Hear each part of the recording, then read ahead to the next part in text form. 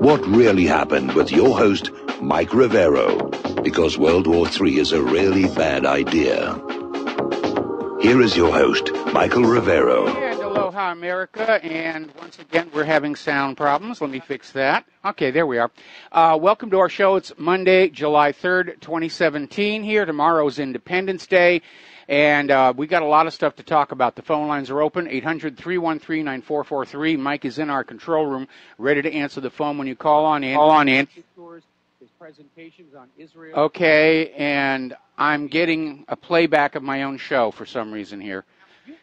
Anyway, so what we're going to do, here, a quick little program note. Some of the hosts on Republic Broadcasting tomorrow are going to be replays. This show will be live, along with the Lady Claire. John Stedmiller's show will be live, so you're going to have some stuff to listen to in the evening while you're waiting for the fireworks shows to begin. It does turn out for us firework deprived out here in Hawaii. There is going to be a very nice fireworks show over Pearl Harbor, and it's sponsored by USAA. And it's a big event. They're going to have bands and clowns and everything, and then there's going to be a big fireworks show, which we can just sit out on our back porch and enjoy, or at least I'll enjoy it. I like fireworks. Claire's a little less enthusiastic about them than I am.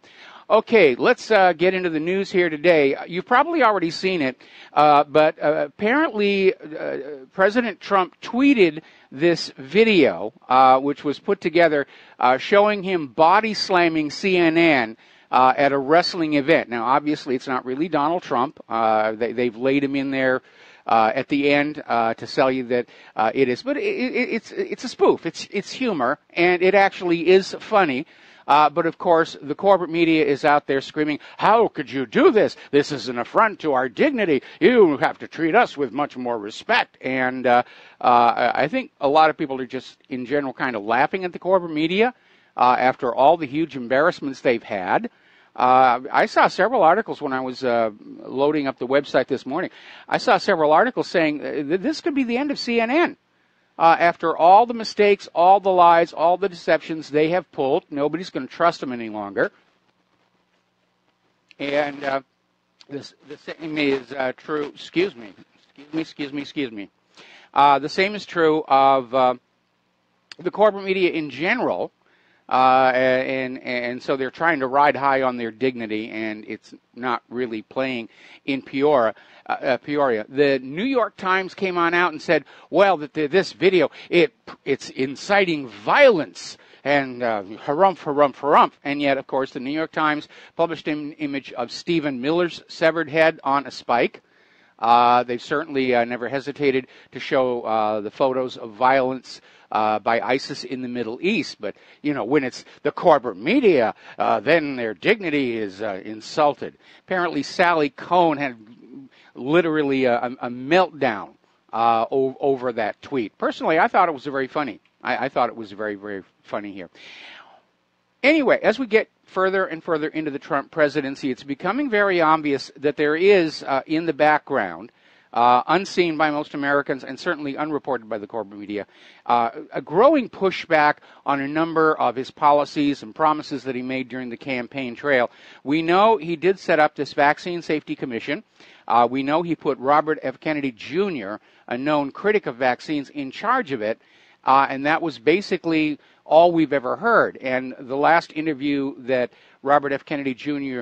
Gave, he literally came on out and said the corporate media is absolutely ignoring what they're doing. They're getting no cooperation from anybody in the industry, and it's kind of dying on the vine. Now, another one of the areas where Donald Trump has a strong motive to move forward is on this issue of voter fraud, election fraud, because he had to overcome a huge amount of it last year. And so they've set up this Voting Integrity Commission. Apparently Mike Pence is in charge of it. And the first thing they wanted to do is say, let's actually get all the voter data from every state to do an analysis to see what was really going on out there. And to nobody's surprise, many states are refusing to turn over their voter data, including California, where we suspect there was a big problem with illegals being allowed or encouraged to vote, obviously for Hillary and the Democrats. And that's really surprising because California is selling their voter data to political parties and political advertising companies and all the rest of it. But the White House can't have it. This is our data. You're not. Could it be any more obvious they're covering up something major? And when you look at how many states are doing this, refusing to turn over the data, I think it's something like 20. You know there's something out there. If they had not been cheating the election, they wouldn't hesitate to turn the data over, would they? So they're obviously afraid of something coming on out, and I'm sure that there's a lot of politicians out there saying, well, even if there was massive election fraud last year, we have to maintain the people's trust in the integrity of our election system. Only if you're going to go on cheating them. Okay, if you want the people to trust the integrity of the election system, you have to give them an election system that is trustworthy. And our current election system is set up to both facilitate and help conceal election fraud. And that's what this presidential commission is trying to get to the bottom of, and they're running into all these resistance from all these states who are refusing to turn over the data that has been requested. And Trump has been out there on Twitter wagging his finger at them, saying, yeah, they're acting like they got something to hide out there. We're going to do a quick little shout out to our on-air affiliates who are just now rejoining our network. Interestingly enough, Chris Christie, it seems he can't do anything without getting in deeper and deeper in trouble. As part of New Jersey's budgetary constraints, they have closed all the public beaches because they don't have the money to maintain them. They don't have the money for the lifeguards. They don't have any of that stuff. And yet Chris Christie went on a beach holiday this weekend. And everybody's saying, oh, it's Beachgate. He closes the beaches to everybody else, but his governorship and family, they get to go on out there and play. Now, of course, Christie actually owns a house on the beach, but the beach is technically public.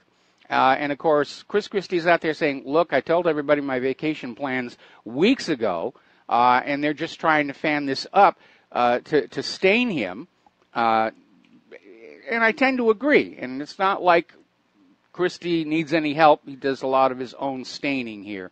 All right, we're going to take a phone call. Tom in Florida, aloha. Welcome to the show. What's on your mind?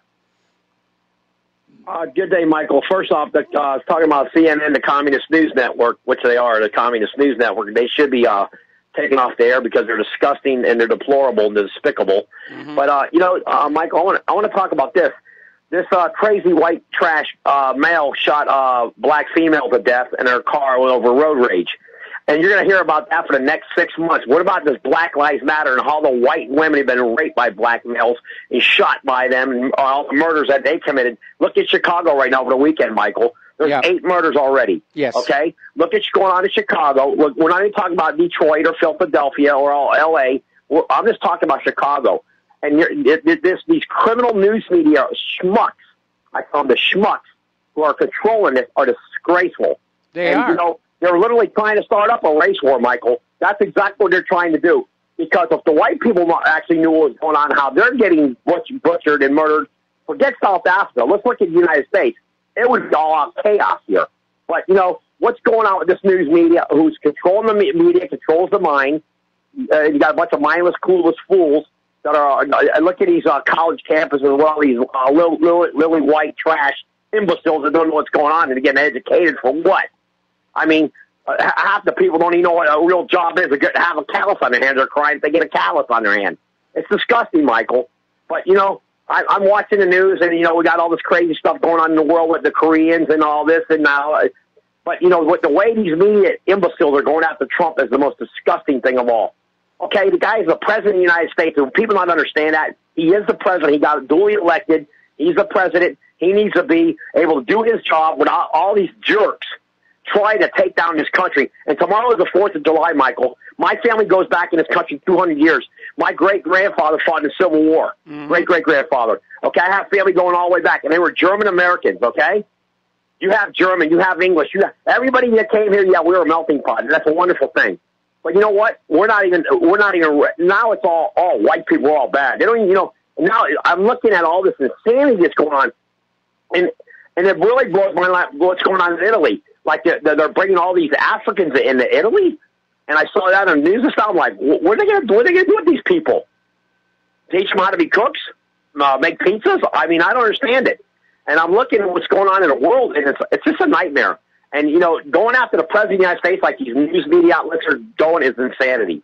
And let's look at Black Lives Matter and what Obama did. Michael, could you imagine if a white male 2 years ago would have took a head of Barack Obama and hung it out there, what the media would be doing to the Republican Party? Oh, absolutely. They'd be tearing them to pieces. Could you imagine that if they would have done half the stuff to Obama? If a white male would have went out and shot a bunch of black congressmen, can you imagine that? Yes. Yeah, I can. Could you imagine when the cities would be in flames? They would be in flames, Michael. Every city in the United States would be in flames. If that would have happened in reverse. You got Scalise, who was fighting for his life, and praise God, he's getting better. Yes. He's a great guy. I hope, and Steve Scalise is a great guy. I hear him speak. He's very articulate.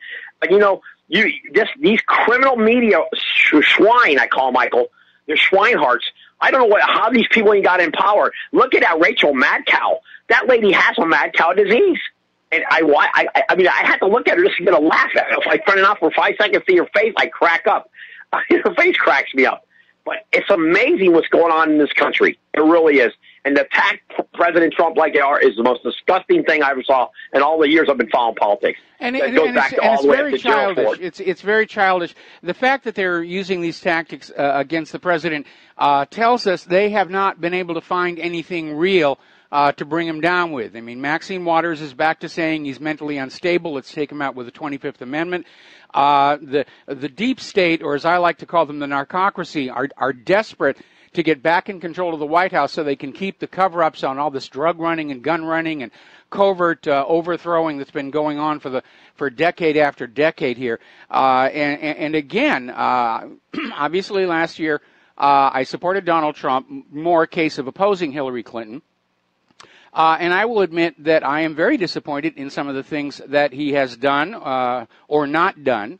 But again, the mature way to handle it, as you say, he is the president, okay? And we have to just start from that. He is now the president. The way that you deal with the disagreements is it says right there in the First Amendment, you peacefully assemble and you petition the government for redress of grievances.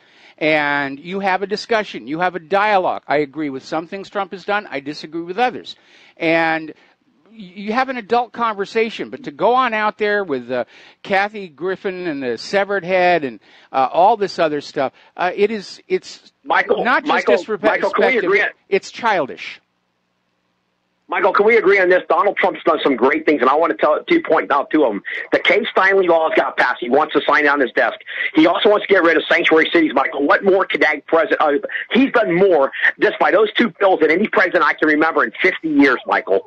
Donald Trump, by pushing that Kate Steinle bill, okay, and the sanctuary city bill, what more could you want out of him, Michael? And he's really willing to sign those bills if the Senate will bring it to his desk. Michael, that right there should tell you the man should win in a massive landslide in the next election because he gave you two bills that are the most crucial thing to this country. And right now, he gave it to you, and he's willing to sign it. And what more do these media creeps want, Michael? They're creeps. No, they're creatures. They want liberalism. No, they want liberalism back in control. They're absolutely terrified of of a conservative momentum in American politics here. And those examples you gave, those are two of the things I agree with Donald Trump about. Where I disagree is obviously he was campaigning on getting out of Syria, and he lied about that just like Obama lied about getting out of wherever we were in when he took office. And obviously I disagree with that. And Michael, I agree with you 100% on that. I agree 100% on Syria. But also, Michael, I think we should cut back our money to Israel and all these other countries we're giving money. Donald Trump did tell the Germans to start paying more money. That Merkel is a Stasi communist. Merkel, she was born in East Germany. Donald Trump's really exposed a lot of stuff, Michael, that other presidents would never have done. You think Hillary Clinton or anybody in the Democrat Party would have ever done that? Those Democrats would have never done that. No, I agree with you on that. Okay, Tom, you're drinking too much coffee. You're drinking too much coffee. Calm down for a minute. Let me. I have Cuban coffee. I live in Miami, Michael. You have a lot of Cubans here. You got to. Oh yeah. You drink a lot of coffee. No, I don't. All right, my turn. My turn. A little bit here. Again, Trump. I don't think he's got a lock on a second term because voters are going to tend to remember the promises he broke over the promises he kept, and they're looking at the war. We're racing toward a potentially nuclear global war under the Trump administration. And the other one is that the American people have had it with the corruption inside that narcocracy. They're going to lose all confidence, trust, respect, obedience for that central government unless we start seeing people like Hillary Clinton actually go to jail. Not just a sham investigation that says, well, she did some bad things, but she didn't mean to do wrong. We actually need to see some of these people who committed these crimes. They need to go to jail. We, the American people, need to see that the justice system is still functioning because right now, to the average American, the justice system is all about keeping ordinary people down and protecting the ultimate rich. Tom, I'm going to have to let you go. The phone Michael, line... You're absolutely right, Michael. One more thing. We're going to end up like Venezuela if you put a Democrat in there. We will be Venezuela, Michael, and you know that. I think you put a Bernie Sanders or anybody like that, you're going to be a Venezuela, and that's the main issue you should be talking about for today, is do we want to end up like Venezuela? Well, I don't think we're so. going to be talking about We don't want to be like Caracas. Okay, thank you for the phone call, Tom. We're going to let you go here, switch over to Kathleen in Paris. Kathleen, thank you for waiting so patiently. What is on your mind? Hi, Michael.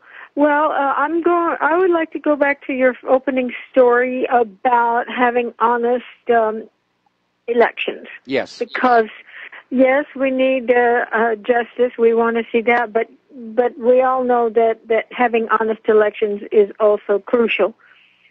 And I want to talk again about Robert David Steele and Cynthia McKinney, their platform called #Unrig, so that we can unrig the elections.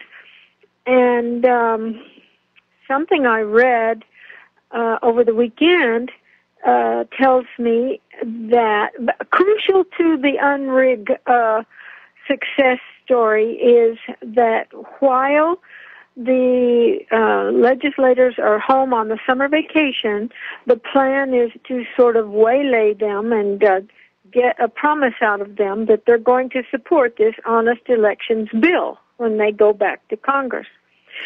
And the bad guys have got wind of that, and I read a piece that some legislators are wanting to forget about their summer vacations. They want to forego their summer vacations and stay in Washington and make up some fancy reasons why they have to do that.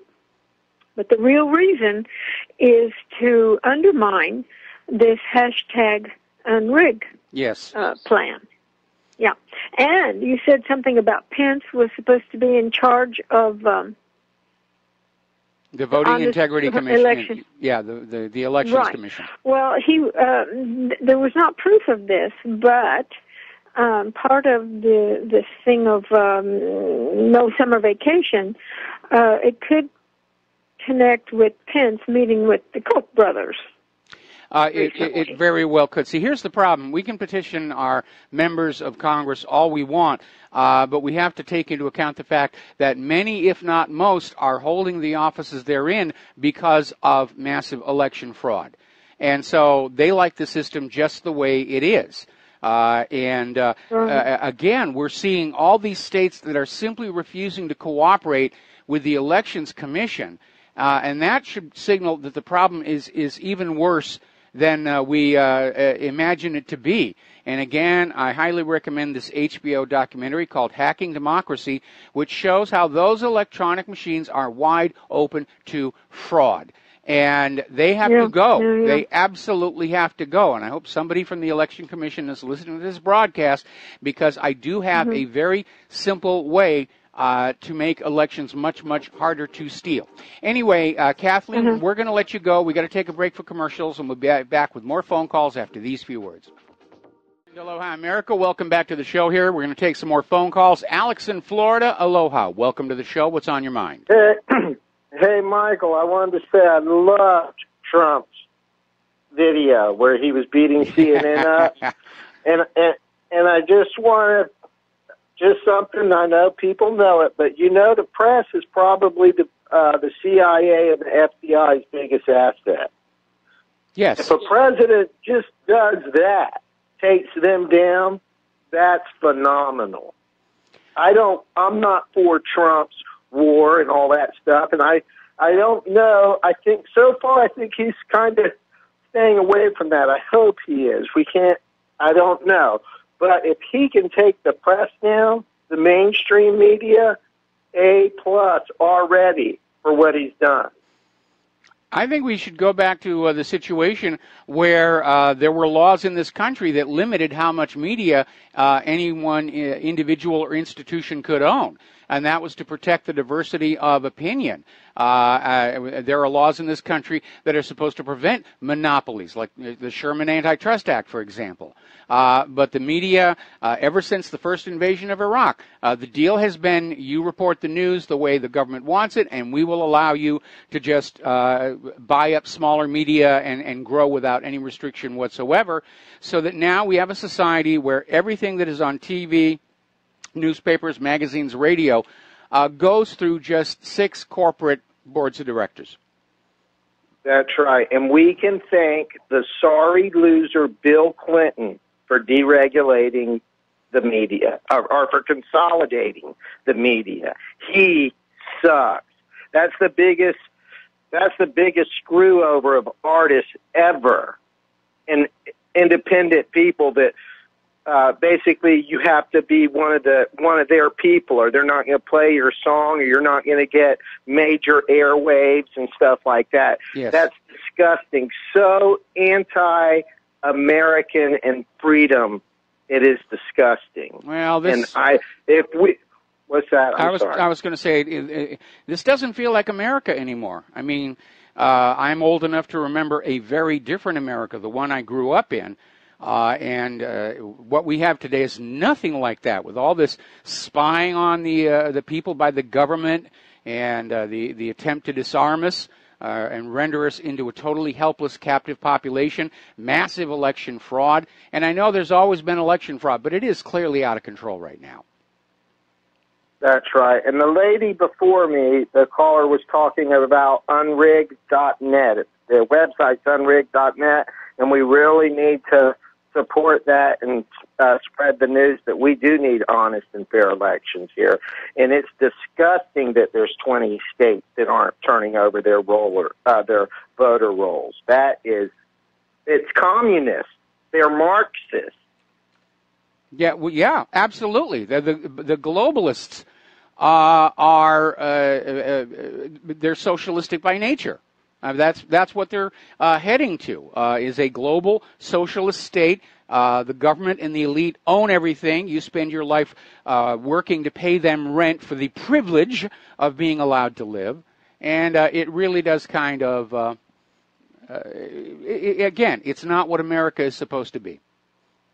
And that's right. And I'm going to say one. I'm sorry. I was just going to say this, and then I know I'm off topic.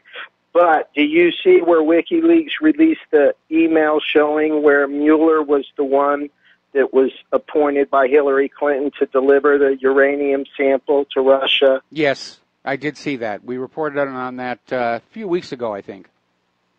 Yeah, that's Marxist. They are the Russian agents. Yes. We should prosecute that. That is gross. Well, again, if anybody did an honest investigation into the Clinton Foundation and the Uranium One deal, they're going to hit pay dirt.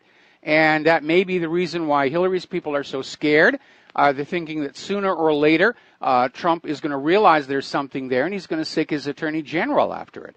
And we, the American people, we need to see that happen, or we're going to lose all faith and confidence and trust in that central federal government. And I think for most Americans, it's already seriously damaged at this point. It certainly is in my case. I see Washington, D.C. as an illegitimate government because of its repeated constitutional violations. Alex, thank you for the call. Going to take another break for commercials.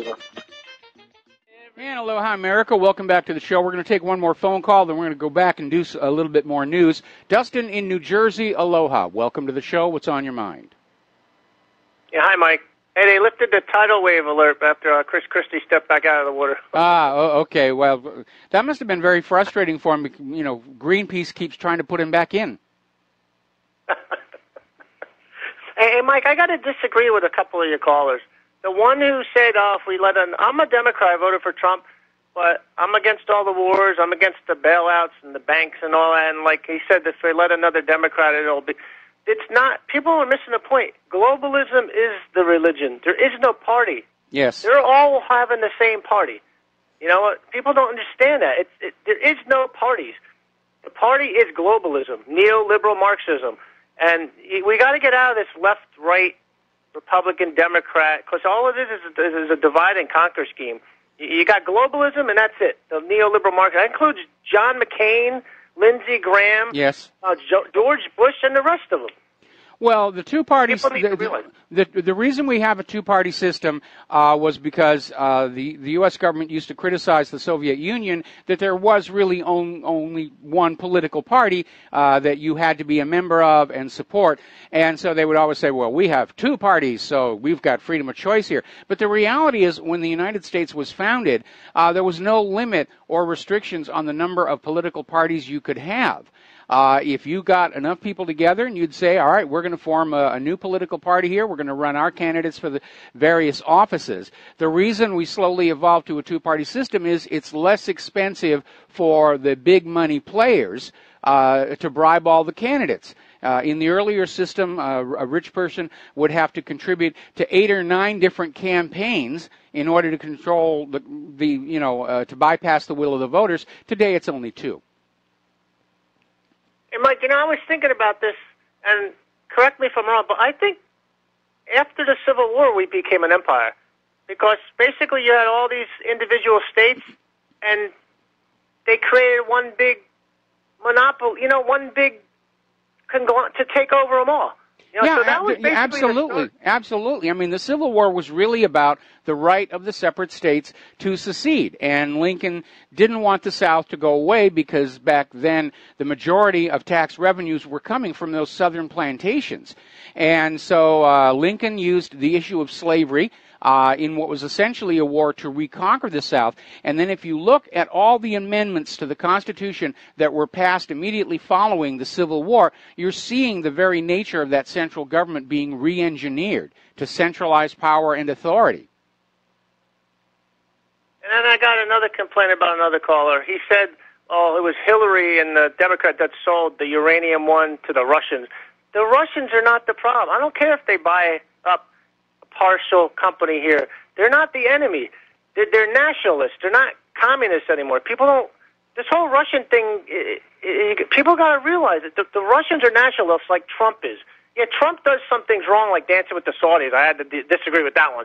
But this whole Russian thing is getting out of control because Hillary did the deal with the Russians are the bad guy all of a sudden. Well, no. The issue with the Uranium One deal isn't to demonize the Russians because they and their Canadian counterparts, as you say, they were just engaging in a business deal. The issue is that Hillary Clinton, as Secretary of State, was trying to smooth the way for the deal to go through, including events that led up to that standoff at the wildlife refuge, because they were simply grabbing public lands and saying, here, you can have the lease on these things, and at the same time, all kinds of Russian money poured into that Clinton Foundation. So the issue isn't Russia, and Russia isn't the bad guy here. Hillary Clinton is the bad guy, and corruption is the issue. Exactly. Hillary Clinton, and anybody who watched that Libyan, when she said, we came, we saw he died, and she laughed, that's the kind of evilness you have, not just in Washington, but in the Western world. That's the kind of mentality these people have. And one more thing, Mike, I want to switch gears real quick on the Xi Jinping visit. Yes. to Russia to do with a $10 billion deal. See, they're doing deals, and we're just doing wars. And that shows what do we have to where make we're deals going with? and they're going. What do we have to make deals with? Other than selling off chunks of public land to other governments for the mineral resources underneath. We've allowed our manufacturing to decline in quantity and quality.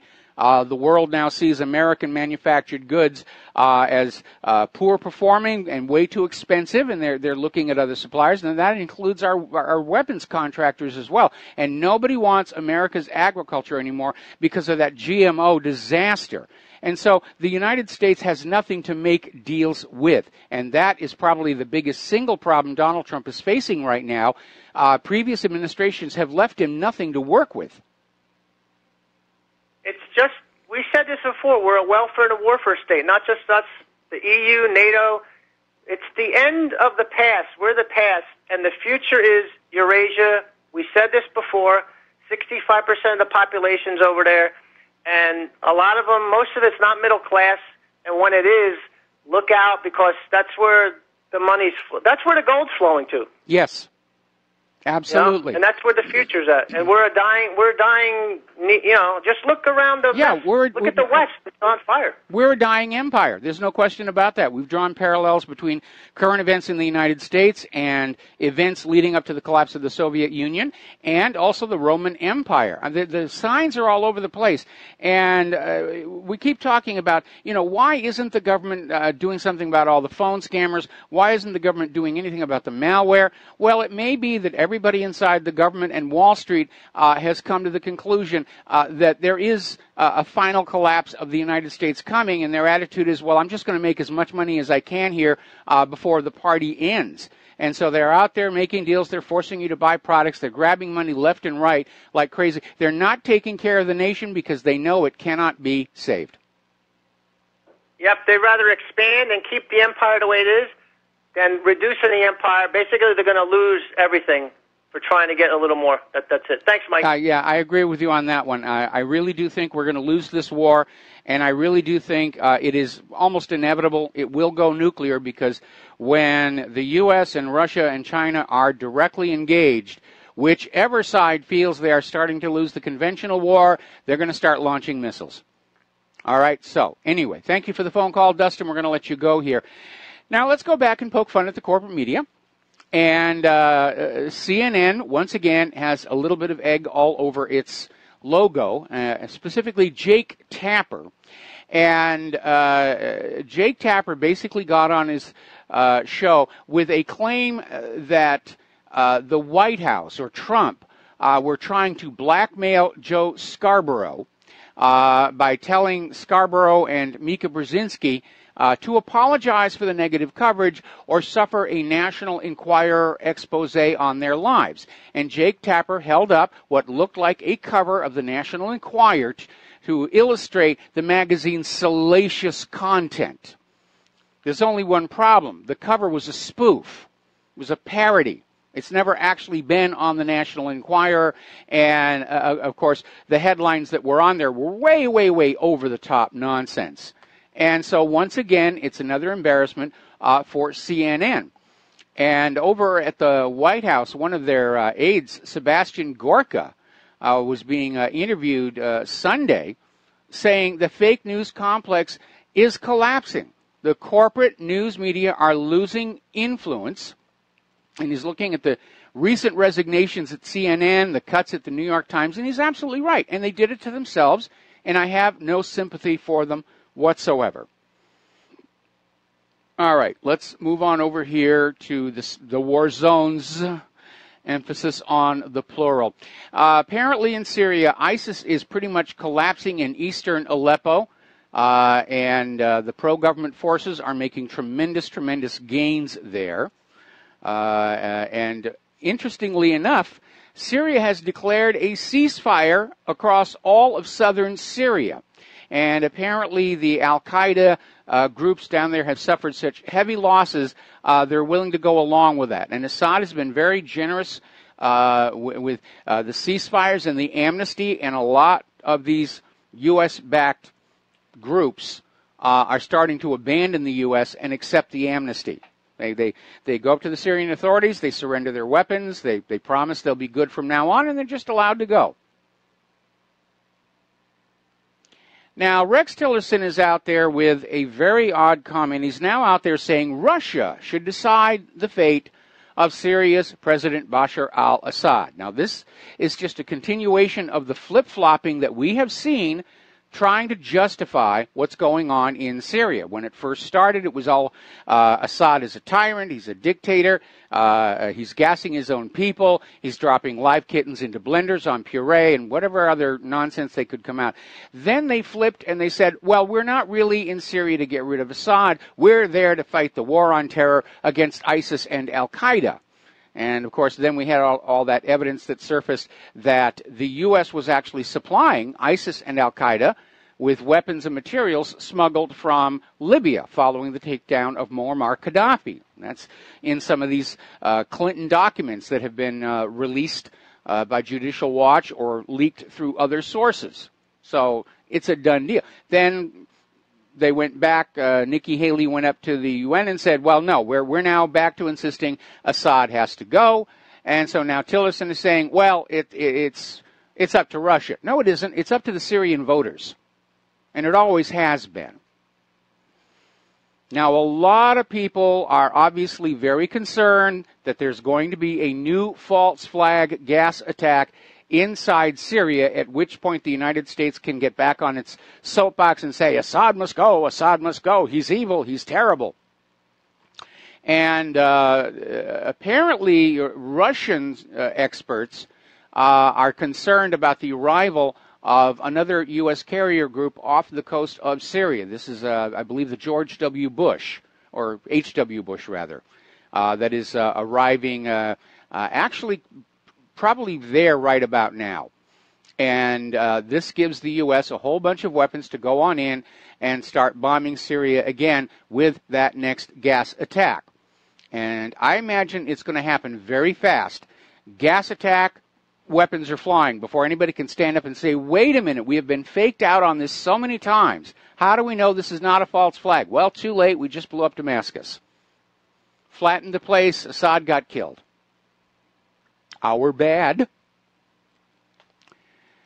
Now, ramping things up was a statement that Nikki Haley made at the UN, basically saying any further attacks done to the people of Syria will be blamed on Assad, but also on Russia and Iran, who support him killing his own people.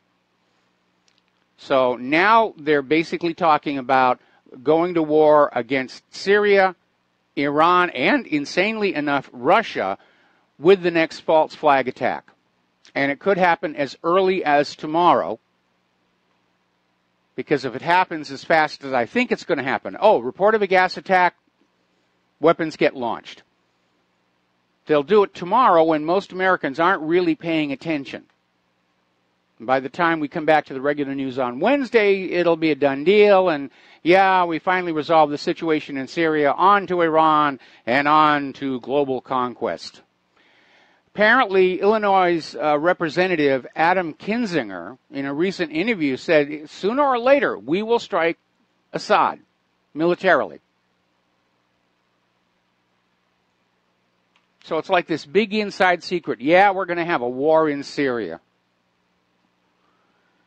The U.S.-backed Syrian Democratic Forces, they keep changing names over there, have entered a new area in the city of Raqqa. So the U.S. is not giving up on this. And from their point of view, they can't. They have this grand design to impose dollar hegemony all over the Middle East. The first war they lose will be their last, because the whole agenda will fall apart, followed by the U.S. economy.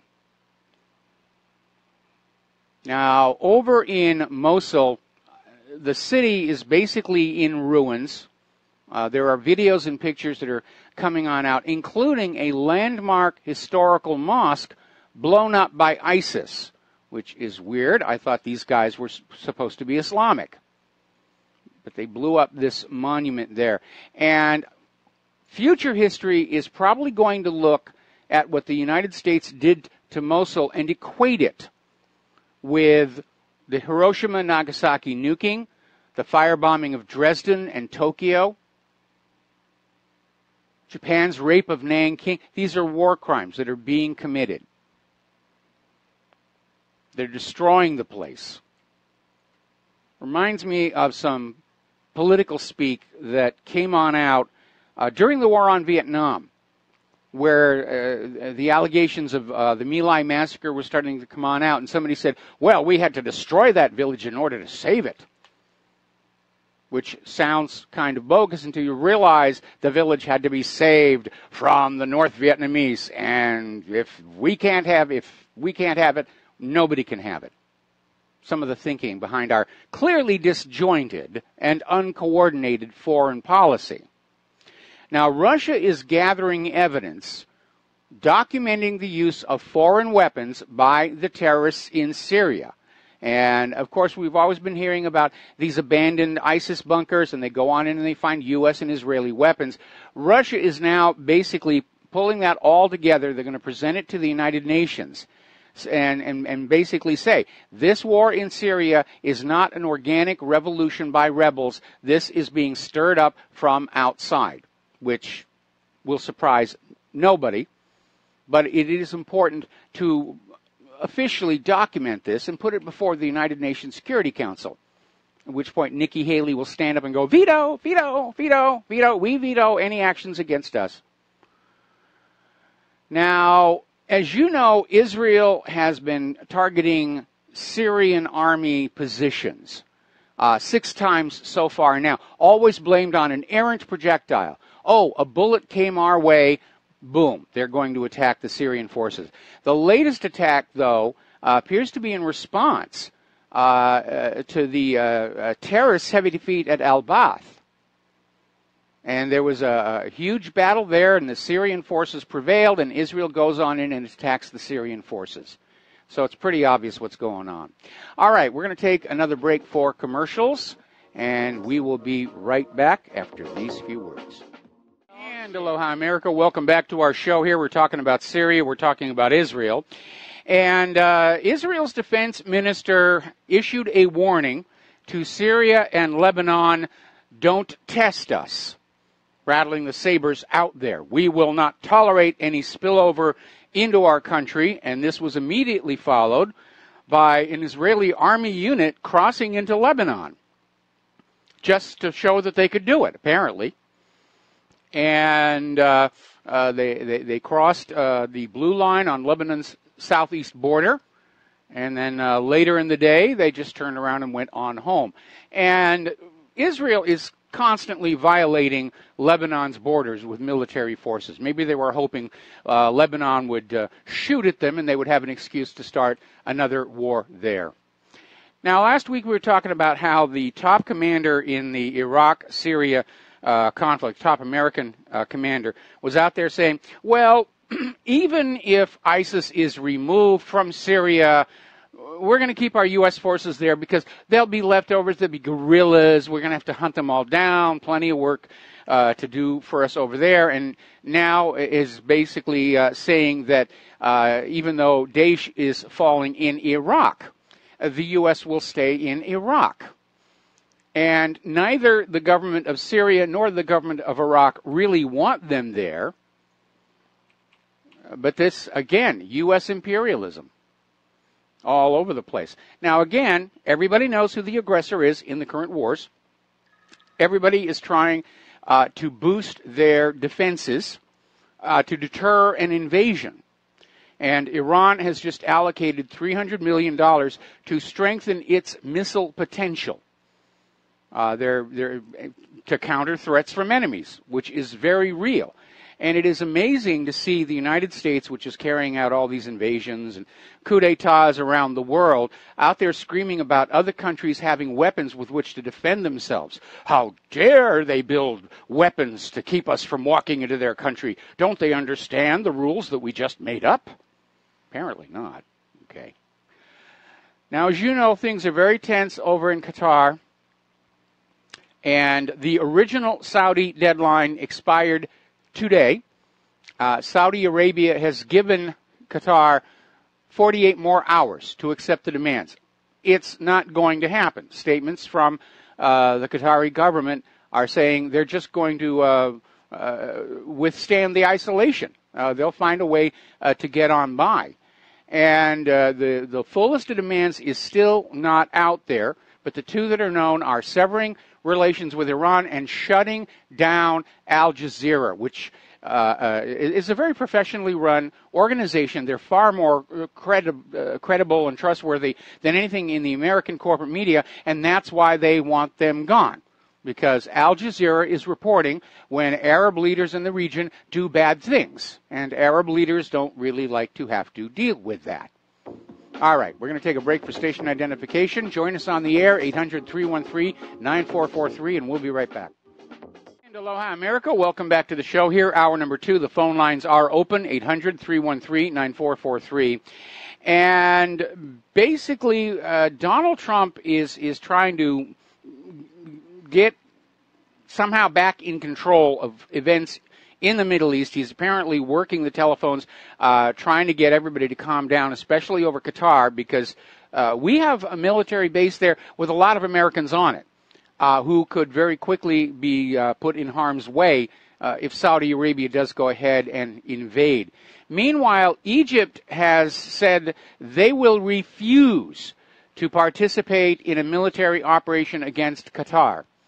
So we're starting to see this so-called coalition of people who don't like Qatar start to fragment and fall apart. And probably what they're realizing is if this does explode, if this crisis turns into an actual war between Saudi Arabia and Qatar, it's right in the middle of the region. And there are going to be consequences all across the Middle East. It could very quickly become a regional war, and that would spiral out of control. Now, when the United States is following their military foreign policy, the idea is to set up controllable wars that the U.S. can win but contain. And a regional war will not be contained, and that's why this Qatar situation is so difficult and dangerous right now. Apparently over in Yemen, the World Health Organization is now saying that 1,500 people have died from this major cholera outbreak. And I have to tell you, I'm looking at the way this is spreading. It doesn't look like a natural outbreak to me, because it's not that hard to beat cholera when you know what the cause is, which is, keeping your sewage water separate from your drinking water. And we're looking at a government that has used torture, kidnapping, white phosphorus on civilians. So biological warfare, yeah. And it's an indicator that the U.S. military mindset is already one of total war, total commitment to the war. Now, Russia's foreign minister Sergei Lavrov is concerned about all these so-called NATO training missions along the Russian border. And that's what NATO keeps saying, oh, we're just training. This is nothing serious. While, of course, we're all being told that this is to contain Russian aggression, which is absurd. If we had Russian tanks and soldiers on the northern side of our Canadian border or on the southern side of our border with Mexico, Russia would be acting aggressively. If their warships were tooling around the Gulf of Mexico, that's acting aggressively. Russia's not the bad guy here. The U.S. is doing all the aggression, and the corporate media's job is to convince you that it's absolutely necessary. Maybe they'll burn down that radio station in Gleiwitz, Germany again. They're that desperate to try and find something that's going to work. But Lavrov came on out and said, from the point of view of Russia's military, there is really no difference between NATO forces in constant rotation at their borders and the permanent positioning of NATO forces on Russia's border. which makes obviously a great deal of sense. And he points out that the number of these NATO exercises has increased many, many times behind this rationale of deterring the Russian Federation from doing whatever it is they imagine Russia is going to do. Now, I have to wonder what Trump is thinking. He's trying to get Xi Jinping to help him rein in North Korea, and at the same time they're carrying out all these provocations. Once again, a U.S. destroyer, the USS Stetham, guided missile destroyer, sailed within 12 miles off the Xisha Paracel Islands in the South China Sea. This happened just yesterday. And this time, China dispatched military vessels and fighter planes to warn the U.S. vessel off. Now, the U.S. is claiming it's navigation freedom, and they're in compliance with international law. No, they are not. International law says you stay out of another country's territorial waters unless you have their permission to enter. And China is getting very upset with these continued U.S. provocations, and that's exactly what it is. Now, the U.S., of course, is vowing to continue these patrols in the South China Sea, despite China's warning. Now, we do need to remember there is a reason that part of the ocean is called the South China Sea. Because at the end of World War II, when they were basically forcing Japan to give back all the lands they had captured, there was a treaty called the Cairo Convention that all of the Allies signed. And in that Cairo Convention, those islands, which had belonged to China before World War II and were captured by Japan, were returned back to China. That is the legal basis for China's claim. And all these other countries, Vietnam, Philippines, whatever, saying, well, we want the islands. It's not like it's an undecided issue. It was decided at the end of World War II. And then to add insult to injury, the U.S. hits Chinese banks with sanctions that are supposedly doing business with North Korea and agrees to sell $1.4 billion worth of weapons to Taiwan.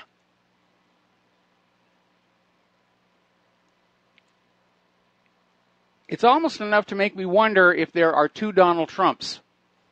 Maybe they went over to the lab at Westworld and whipped up a spare. Because on the one hand, he's trying to get China to help with North Korea.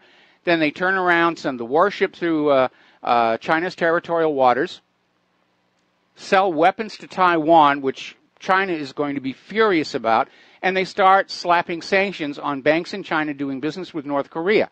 Now, this whole North Korea kerfuffle is a recent development. And if you are a bank doing business in another country, it's not like you can just throw a switch and everything stops.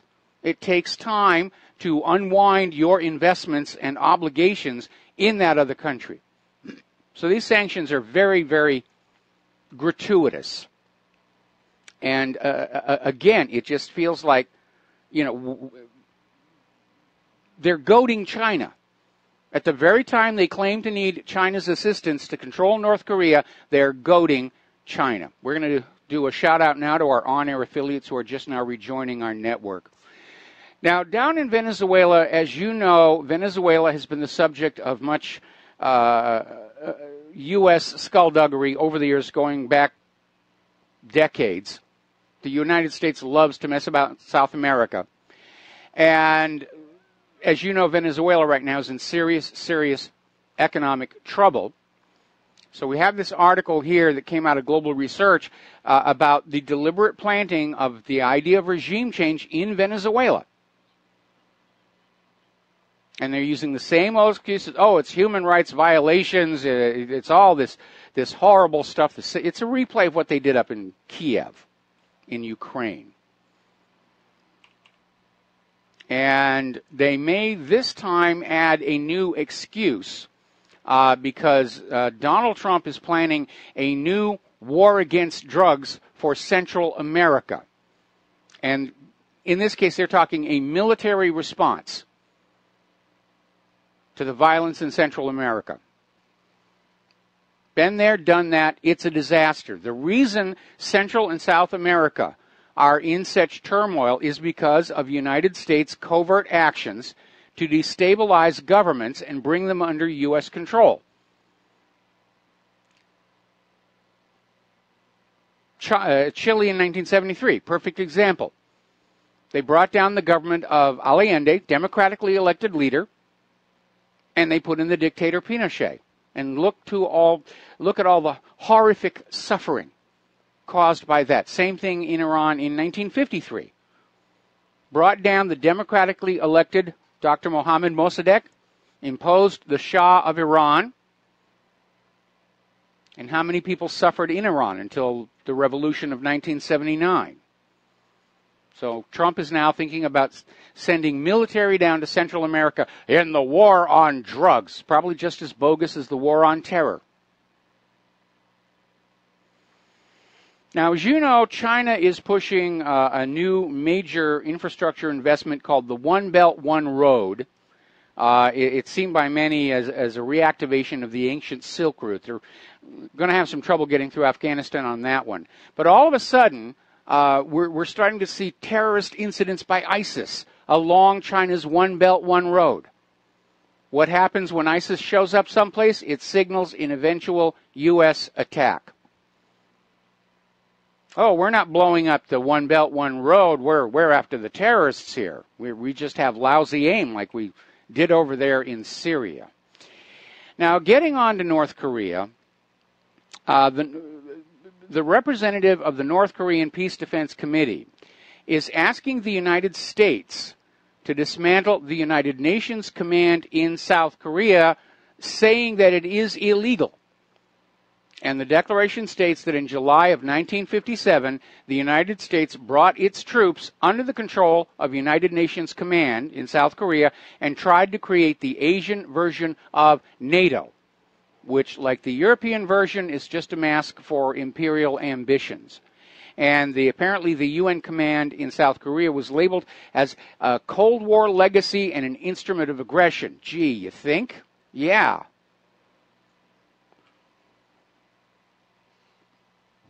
Now, South Korea's new president, Moon Jae-in, is apparently being as enswamped as Donald Trump. He's pulled back his opposition to the THAAD, but he's still moving forward toward that ultimate goal of reunification, because apparently the new discussion going on between North Korea and South Korea is that South Korea wants to help North Korea build up their infrastructure.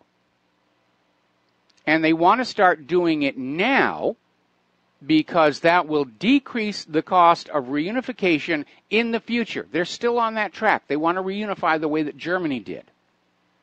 It's only the United States that wants to keep them separate.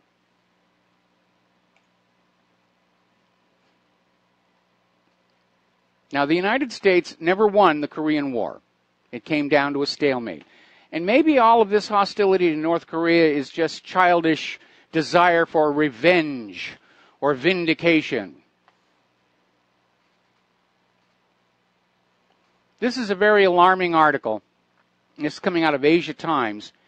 And it's basically suggesting that China might actually provide a sanctuary to North Korean submarines.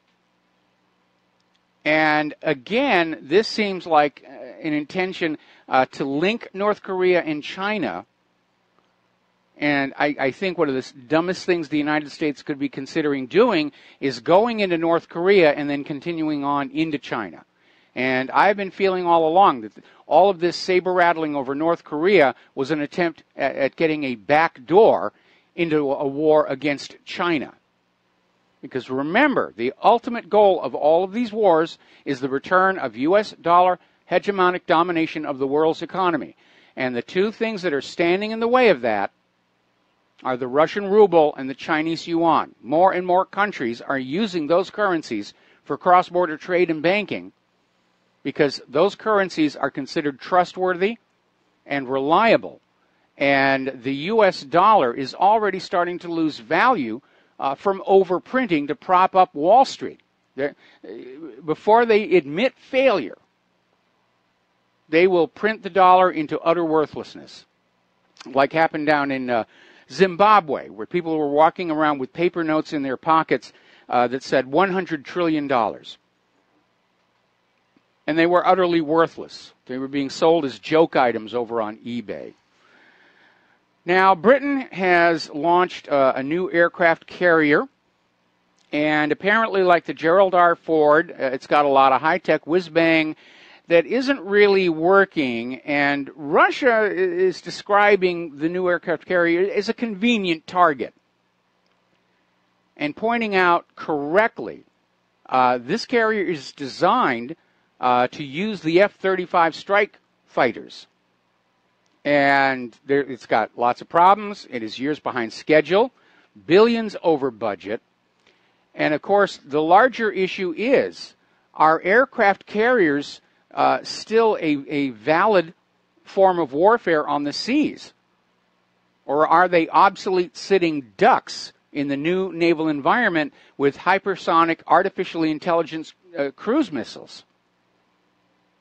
And again, going back to the history of World War II, when World War II first started, U.S. naval doctrine was that the mainstay of ocean battles were going to be those big battleships, the Iowa class, like the Missouri, which we have parked down here in Pearl Harbor. And aircraft carriers were kind of nice to have, but not really all that important. Then, of course, Pearl Harbor woke everybody up, along with the Battle of Midway, and showed just how potent aircraft carriers were. And so now everybody is building carriers. The U.S. has its fleet of super carriers. But again, the world has changed around it. And there is serious concern that these carriers are actually able to be destroyed very, very easily. Okay, let's talk about the economic news now. It's not good. Over in Italy, a third bank is now demanding a cash injection because of all the loans they have that have gone into default. And so far, Italy has spent as much bailing out its banks as its annual defense budget. And both may ultimately be a complete waste of money. The contagion is spreading all over Italy, possibly to Europe itself. It does look like it's about to come on down, unless there's a jubilee, unless somebody stands up and says, all right, we're going to zero out all the debt and restart the system from scratch. Then the debt is going to bring it all down, because the primary failing, the primary flaw of private central banking is that by design, it creates more debt than money with which to pay the debt until the debt brings the system crashing down. And along the way, the bankers wind up owning all the hard assets and leaving the people with nothing but worthless pieces of paper and colored ink. Now, turning on over to Obamacare, as you know, they failed to make some kind of a deal on Trumpcare before heading for the 4th of July recess. And Donald Trump is saying, let's just start with the repeal. Let's repeal Obamacare, go back to more of a free market approach, and then talk about a new Trumpcare somewhere down the road. And this is actually getting a very positive response in Congress because they understand Obamacare didn't work out for either its overt or its covert purpose. It caused a lot of harm to a lot of people. Even the health insurance industries got pounded by this. It was a huge embarrassment over the Obamacare website. So a repeal would definitely be the way to go on this. What I would like to see repealed is Richard Nixon's Health Maintenance Organization Act, which took off the restrictions on profit-making by the medical establishment, turned it away from being about care of the sick and injured and into just another for-profit operation where we get abuses like prices on pills skyrocketing 1,500% and so forth. We need to bring back competition, not just in medicine, but just all across our economy. Competition is good. It lowers prices. It improves quality to the consumers. We'll be right back. Aloha, America. Welcome back to our show here. Now, there's a lot of talk when you looking at Obamacare and what a disaster it was. And to be very honest, what we're hearing about the upcoming Trump care is not much better. It's just more of the same thing. Making the health insurance companies rich at your expense, because those health insurance companies are very generous campaign donors. And lost in the shuffle is the actual quality of the medical care that Americans are receiving, and the fact that something like 1/3 of Americans simply cannot pay their medical bills after the Obamacare insurance leaves them with this huge deductible. And medical bills are one of the leading causes of bankruptcies in the country right now. So there's a lot of talk about single payer. It certainly has worked in other countries. And there was a discussion going on out in California about adopting a single payer system. And the analysts had said, yeah, this will provide medical care to everybody and will be billions of dollars lower in cost from all this. And the legislature out there was looking at a bill for universal health care, and the health insurance companies and those who profit off of Obamacare mounted a massive lobbying campaign that got the bill defeated. So California Democrats killed a bill that would have saved billions of dollars. But the fight is not over. U.S. Senator Elizabeth Warren, who's considering a run in 2020, said Democrats should support legislation to create a single-payer system. And then Warren Buffett came on in and said, yeah, this is what we ought to be doing. And a new poll from Quinnipiac University found 60% of Americans say they would support an expansion of Medicare that would make it available to any American who wants it. Medicare functions as a single-payer system. So that would be a good thing. Now then, over in Illinois, they are in a world of hurt. They've basically run out of money. They can't function. Road work is stopped. It's all shut down over there. And now what does the government do when it gets in fiscal trouble? They raise taxes. So the Illinois House has passed a bill for a 32% tax increase. I imagine that would probably start some rioting in the streets. Now, the governor is vowing he's going to veto this thing if it clears the Illinois Senate. And I think that's a smart thing to do, because simply looting and plundering the people does not fix the problem, which is reckless, out-of-control pork belly spending, all of it on money borrowed from the Federal Reserve. Now, if they raise their taxes 32%, that's going to drive a lot of people into hunger and homelessness. It's going to cause Illinois businesses to shut down and let their workers go. There's actually, economists plot this curve. It's an inverted U, and it's efficiency of the economy versus degree of taxation. And what you obviously want to do is try and get the highest rate of taxation that does not impinge on the ability of the economy to function. And unfortunately, Illinois and a bunch of other states have already gone way past that point. The more they tax, the worse the economy is going to get. And that is absolutely immutable. Now, apparently out in Los Angeles, 1 out of every 5 community college students is homeless. And that is stunning. And I admire these homeless people for going to the community college and trying to get some kind of a degree and get some kind of a job. But it shouldn't be like that. The U.S. government is out there trying to tell us the economy is doing good. No, it isn't. Look at all the homeless, hungry people, the decrepit infrastructure. We are an empire in decline. The signs are everywhere. And as I mentioned to that caller before, maybe the reason the government isn't taking care of anything domestically is they know it can't be saved. So they'll just keep us fighting amongst ourselves and plundering as much as they can get before it all comes down. We'll be right back. Aloha, America. Welcome back to our show here.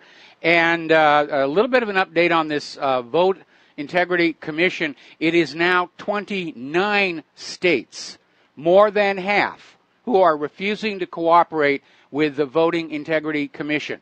They're refusing to turn over their data. 29 states. And obviously, with so many states knowing they've got something to hide and actively defying the President of the United States of America, the election fraud problem is obviously far, far worse than even the most observant of us suspected it might be. And again, if you've not been over there, you need to visit Bev Harris' website, blackboxvoting.org. And so forth and so on. Anyway, getting on back to the economic news here. As you know, the Keystone XL pipeline has spent about $3 billion, and it has been delayed for nearly a decade by regulatory roadblocks. They finally got the green light from President Donald Trump in March, but apparently the companies that were interested in using the pipeline have moved on. They have found other sources, other means of transporting, and so the entire Keystone XL pipeline may go bust before it's even really open.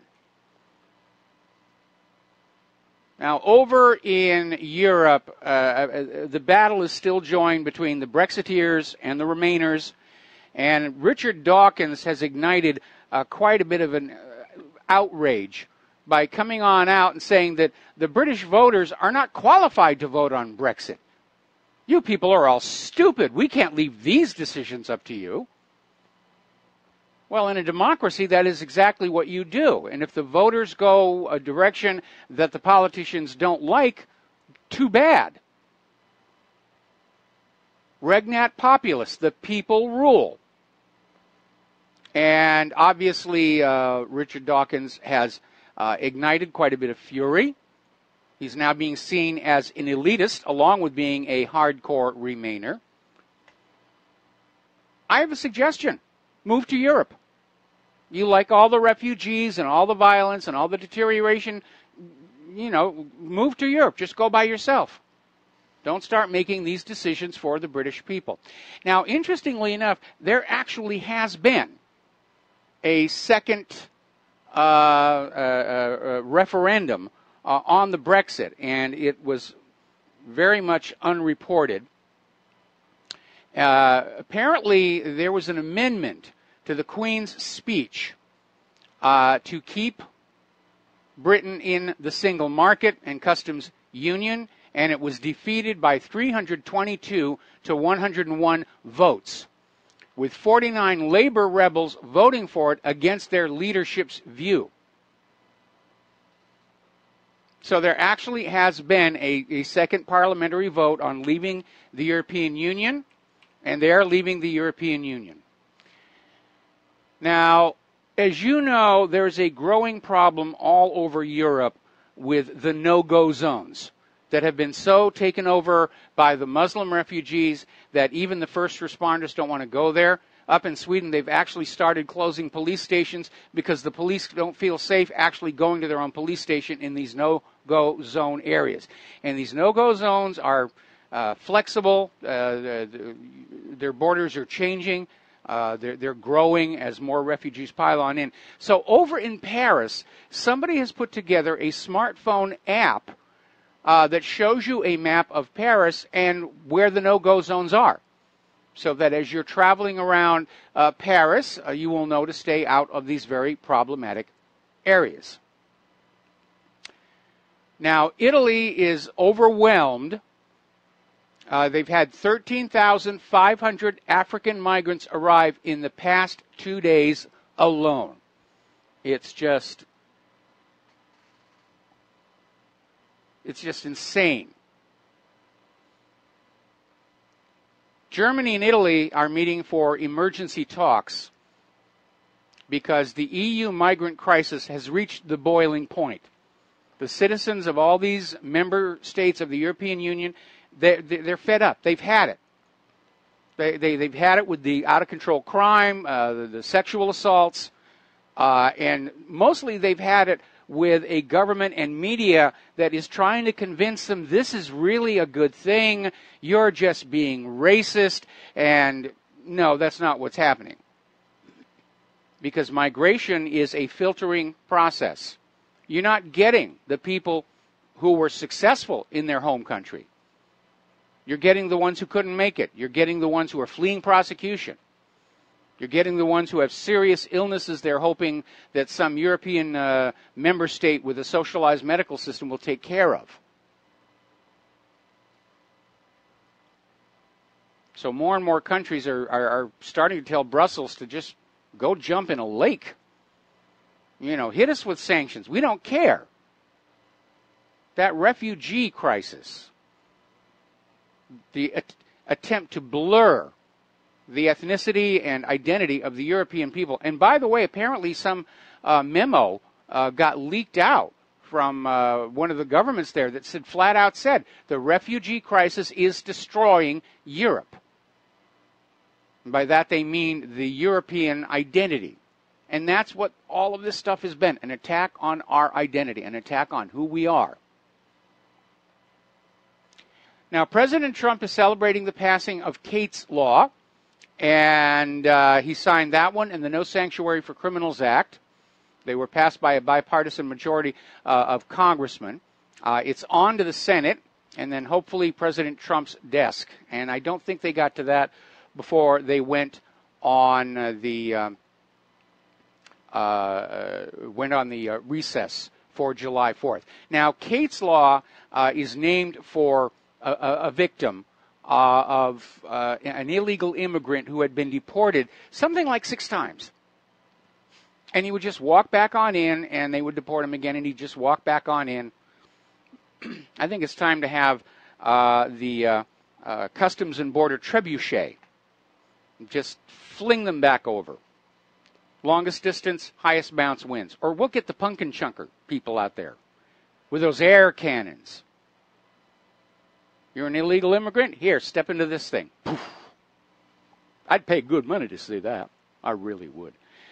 Meanwhile, President Obama is out there sounding the warning against aggressive nationalism and increased resentment of minority groups.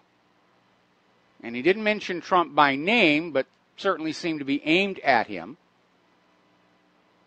There's nothing wrong with nationalism. There's nothing wrong with loving your country. There's nothing wrong with wanting your country to prosper.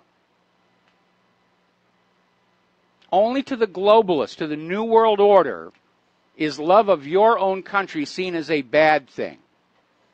And the resentment isn't to the minority groups for being minority groups. It's a resentment because of the way they're behaving. That's the problem. Now, setting aside the fact that our economy simply cannot support this huge influx of people who are going to be joining the ranks of the jobless, you have to look at this idea that if these refugees came on into the country, and as Teddy Roosevelt said, you remember you're living in the United States. You follow our laws. You remember we have a language here called English. You assimilate into our society and you will be welcome. The problem we're seeing all over the United States and all over Europe are these huge numbers of refugees who are coming on in and demanding that Europe transform itself into the countries they left behind. And that's just flat out rude. Now, a little bit of good news.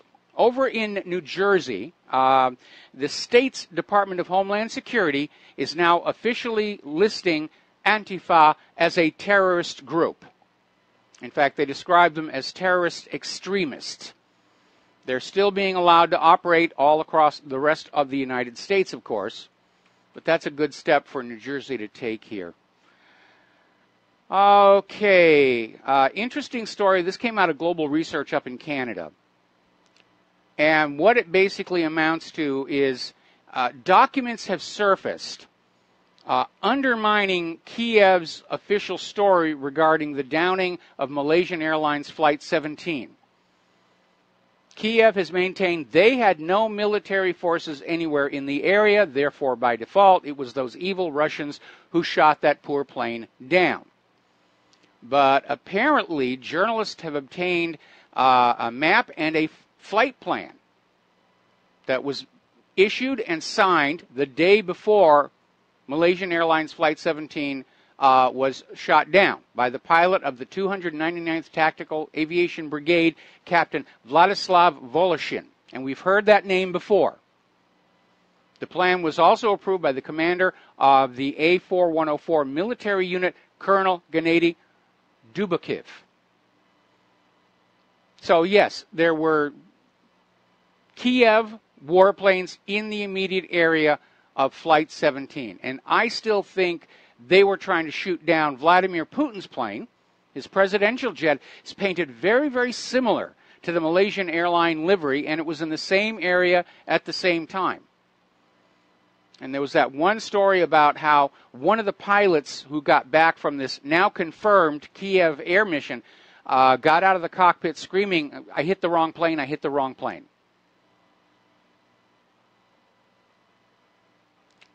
Been a little bit of a stink between Greece and Turkey. Apparently the Greek Coast Guard opened fire on a Turkish cargo ship in the Aegean Sea. And the story is that the ship was loaded at the Turkish port of Iskenderun and was moving toward the Izmit Bay in the Sea of Marmara. And according to the preliminary data, the Greek Coast Guard boats ordered the ship to dock in Rhodes Island in order to verify and check the cargo. Because there's a lot of human smuggling, there's a lot of weapon smuggling, a lot of drug smuggling going on over there. Apparently the captain of the Turkish cargo ship ignored the demand and tried to evade the Greek Coast Guard, at which point they opened fire on him. So that's going to be kind of nasty there. A little bit of good news for us gun enthusiasts out in California. A federal judge has blocked a state law that would have barred gun owners from possessing high-capacity ammunition magazines.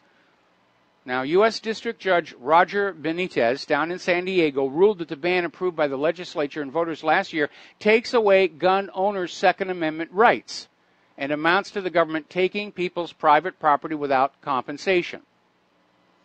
Now, as you know on this show, I am utterly opposed to any kind of a violent revolution in this country, but I am a staunch supporter of the Second Amendment, and common sense has to tell you that we, the law-abiding American citizens, have a right to keep and bear weapons equal, if not superior to, those in the hands of criminals. And the criminals have high-capacity magazines, and the criminals have assault-style weapons. Not many. Most gun crime is committed with a handgun. But that's just common sense. It's a mark of just how afraid the U.S. government has become of the American people, that they're still trying to find some way around the Second Amendment and disarm us all. And, of course, look at what's happening in Chicago over the 4th of July weekend. 59 people shot, 8 dead so far. And Chicago is held up as the gun control capital of the world, the model everybody else should follow. And what you have there are criminals who do not follow the law, who are able to get guns. And it's a free killing zone for the ordinary people. Gun control only disarms the law-abiding citizen. I keep remembering back to this story that came out a few years ago, a town in Georgia called Kennesaw. And they actually passed a law mandating every home have a firearm. And crime in Kennesaw dropped by 80%. So, yeah. Why are we not allowed to protect ourselves and defend ourselves, especially in an age where the police are so out of control and killing more Americans than the terrorists and mass shooters put together, stealing more from the American people than all the muggers and robbers and burglars put together? Why are we not allowed to take responsibility for defending our home? Now, in all my years, I've only ever had to point a gun at another person once, and thankfully I did not have to pull the trigger. But there was somebody in my home helping themselves to our property, and that little laser dot on the forehead will let them know that somebody somewhere is thinking about them, and they skedaddled out. Why are we not allowed to protect ourselves? If I'd called the police, they would get there after the crook was gone, my property would still be missing, and the police will say, well, your insurance will cover it, you know. Doesn't cover it if you get killed during a home invasion. I'm a huge believer in the right to self-defense. And I do think the law-abiding American citizen has every right to the same weapons or superior to what the criminals are carrying. There was actually a Supreme Court decision that actually stated, I think it was United States versus Miller, that the Second Amendment guarantees to the law-abiding American citizens the same weapons carried by the military. So that will tell you something very important there. Well, apparently the Environmental Protection Agency has decided that if they can't fix the problem, they're going to simply stop looking at it, and apparently the EPA is getting ready to revoke the Clean Waters Act of 1972. And if you remember, of course, the EPA's actual job was not the environment, but to act as a cover for this massive land theft by the U.S. government to pledge as collateral on government borrowing following Richard Nixon's ending of gold convertibility. And that's been its real job all along. And you'd be amazed how much of public land, private land, the U.S. government has stolen over the years in violation of the Enclave Clause of that Constitution. We'll be right back. And aloha, America. Welcome back to our show here. And let's talk about human-caused global warming. Because, as you know, Al Gore has a new movie coming on out, The Inconvenience sequel, and he's making the rounds and talking about death, doom, and destruction if we don't go to see his movie and then give him all our money. And interestingly enough, last winter is still with us. And apparently in Canada and Colorado, there were two regional races held. This was in last month, that were hit with these unusual blizzards and heavy late-season snow. This was the Yukon Relay in Canada and the Leadville Trail Marathon. And apparently in the Yukon, only one team even got to the finish line, and they were a bunch of unicyclists, which is really, truly bizarre here. The Leadville event organizers were digging through 7-foot-deep snow drifts trying to create a trail for the marathon. And things like this are going to become more common as the grand solar minimum progresses into next year and the year after, which is going to affect crop yields, which will in turn drive up food prices.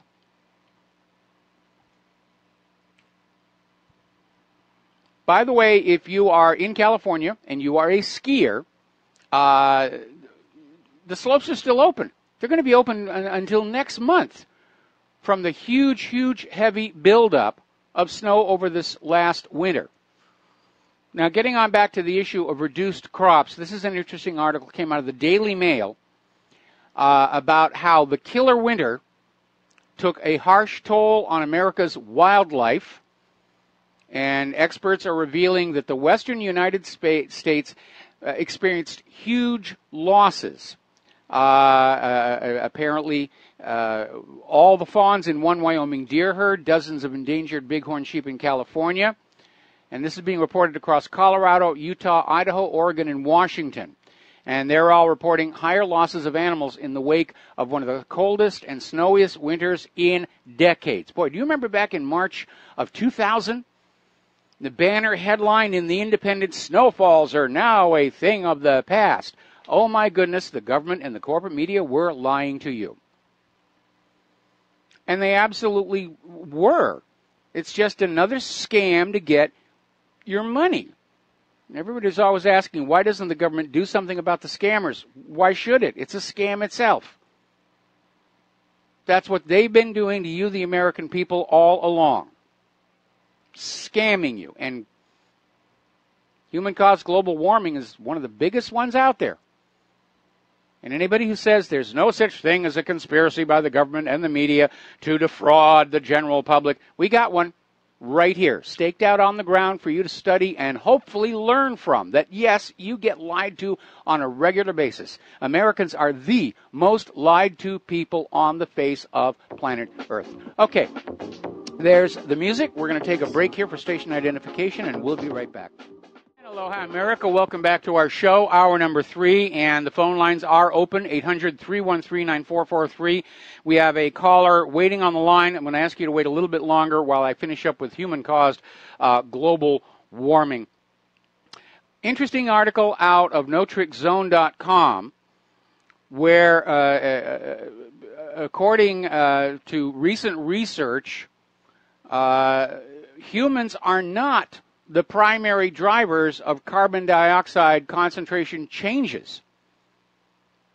And the fact is that over the years from 2015, 2016, we actually did succeed in burning less fossil fuels, but the atmospheric carbon dioxide went up again. So the correlation between fossil fuels and carbon dioxide isn't really there.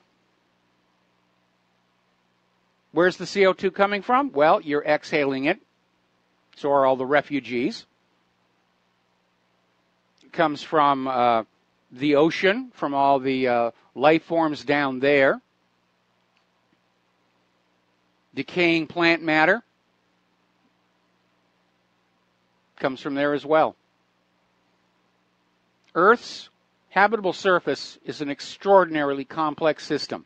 And none of the computer models that are being waved at us to prove we are warming the Earth take everything into account. They're always drastically simplified to try and produce a desired result.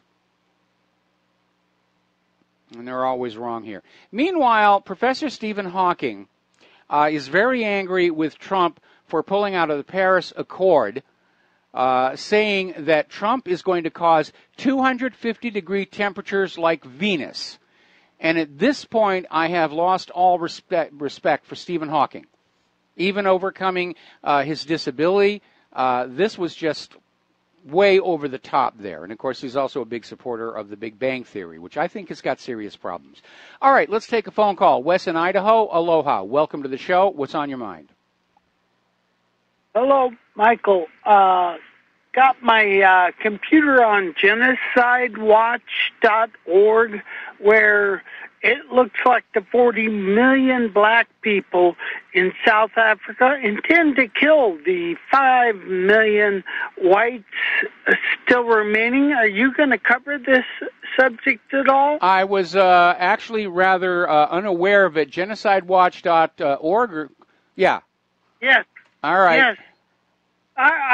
I've heard not one, but, well, twice now. I've heard people from South Africa, white people, coming to RBN. It was on Adams. Adams had a woman on, and I'm trying to think where I heard the other guy. There are spokespeople, white people. They've been genociding. The black people have been genociding the white farmers in South Africa for many years now. I think it's 70,000 approximately is the number, and just horrendous crimes against the farmers, the white farmers in South Africa. I mean, the most hideous crimes. They they kill and torture the white people and leave their property. They don't care to steal anything. They just kill the white people because they're white. But the fact is, there was no black people there when the white people came. And right now, still, I guess, the most amount of roads in the whole continent of Africa are in South Africa. The most amount of hospitals, the most amount of libraries, everything else. The white people built all that stuff. No other country has in Africa comes close. I mean, South Africa was first world, but not anymore. And this new leader, Jacob Zuma, in South Africa says he intends to kill all the white people. It's time for concern, people to get involved. If I was president, I would open the door to all the white people from South Africa, or even send troops down there to stop, like I said, what is genocide. Thank you. Oh, Trump to resign in a couple of months, a rumor? Well, there's a lot of rumors being spread around. Apparently somebody actually put forward a bill in Congress calling for Trump to be removed under the 25th Amendment. Now, the 25th Amendment has within its text the process that is supposed to be followed, and it doesn't involve Congress passing any kind of legislation. And in any event, Donald Trump is not going to sign such a ridiculous bill. It's just trying to keep up that propaganda pressure that Trump is incompetent, Trump is mentally unstable, and he's got to go. He's got to go. And it is ridiculous, but, you've got Maxine Waters now out there talking about 25th Amendment. They're flogging a dead horse to the point where I'm having trouble recognizing the horse anymore. It was Kelso that interviewed for a couple of hours, ran down the entire history of South Africa. This guy was great, understanding the history of South Africa. When the whites came, really the closest blacks were 600 miles away back in 1670, I think was the year. But in 1903, I think it was 2 million blacks had come, and then 1994, I think it was 40 million. I mean, the country of South Africa has grown with the number of black people because the white people let them in and let them work, and the black people came to be able to drive cars on the roads, to have a job, to go to supermarkets, all this created by the white people who they now intend to murder. I mean, the part that alarms me, of course, is that we're starting to see this anti-white, if you will, campaign right here in the United States of America, where the black population and the Hispanics, to a lesser extent, have all been brainwashed over the years to think their lack of success in life is all the fault of those evil white people, and it's absolute race baiting.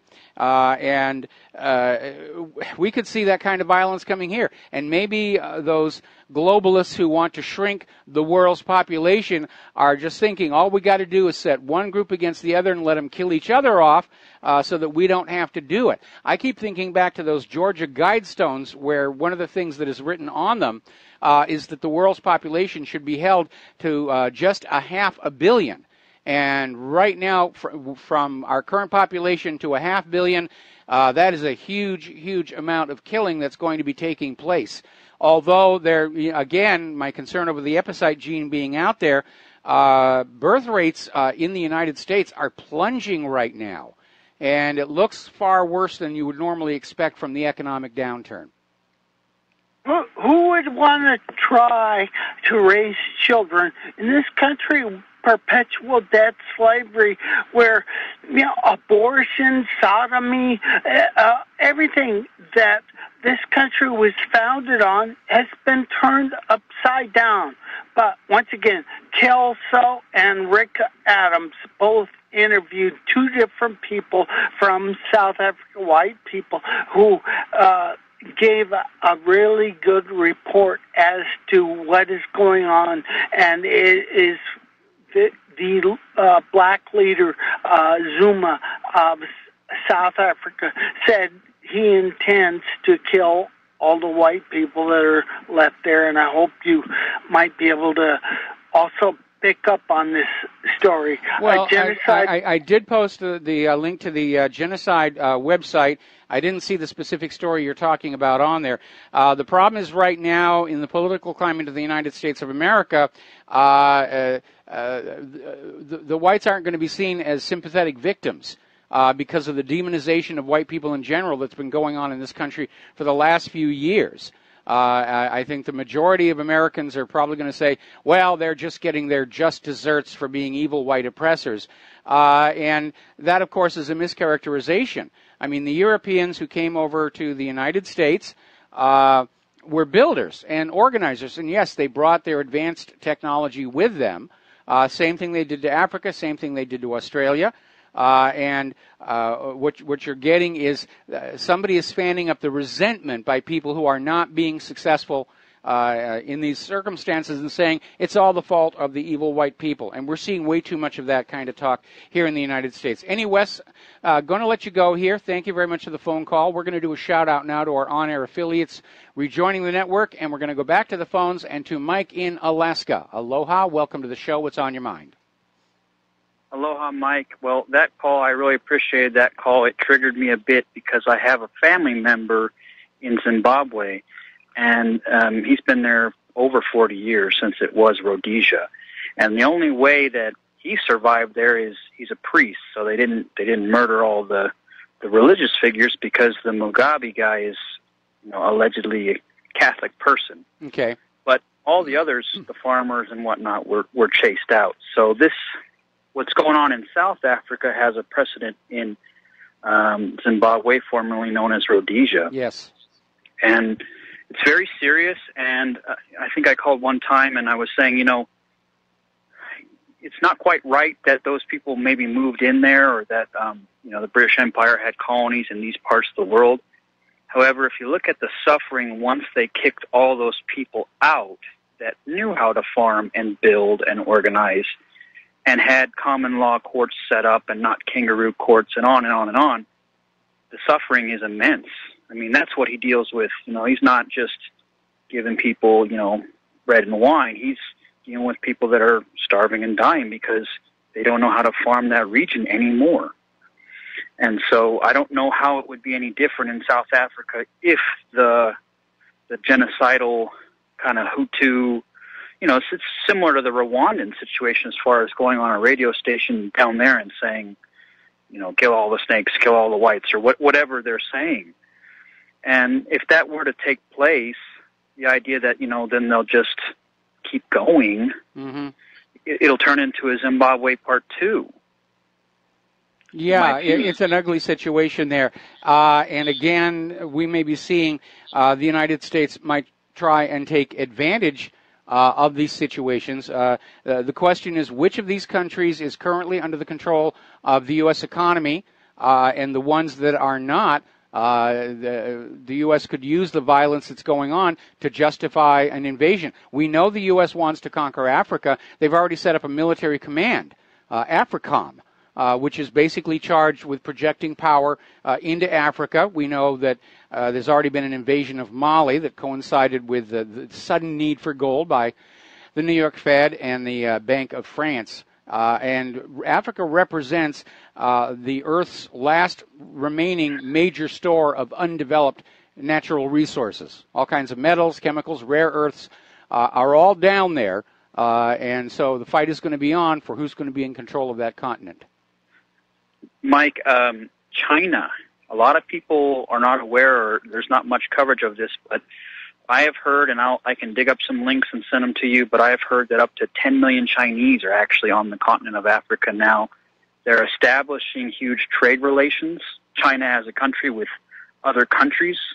They're shipping over the Chinese nationals to set up factories and create jobs and industries. And then what they're planning to do, at least this is what some people theorize, is end up moving in their nationals out of China. It basically just repeat how the South African Afrikaners got there. Basically, the Dutch and British moving people in. Why wouldn't, if China is on the rise, why wouldn't they, or history tells us they probably would try to establish Chinese colonies in other parts of the world. Yes. And it sounds like Africa is where they're starting that up.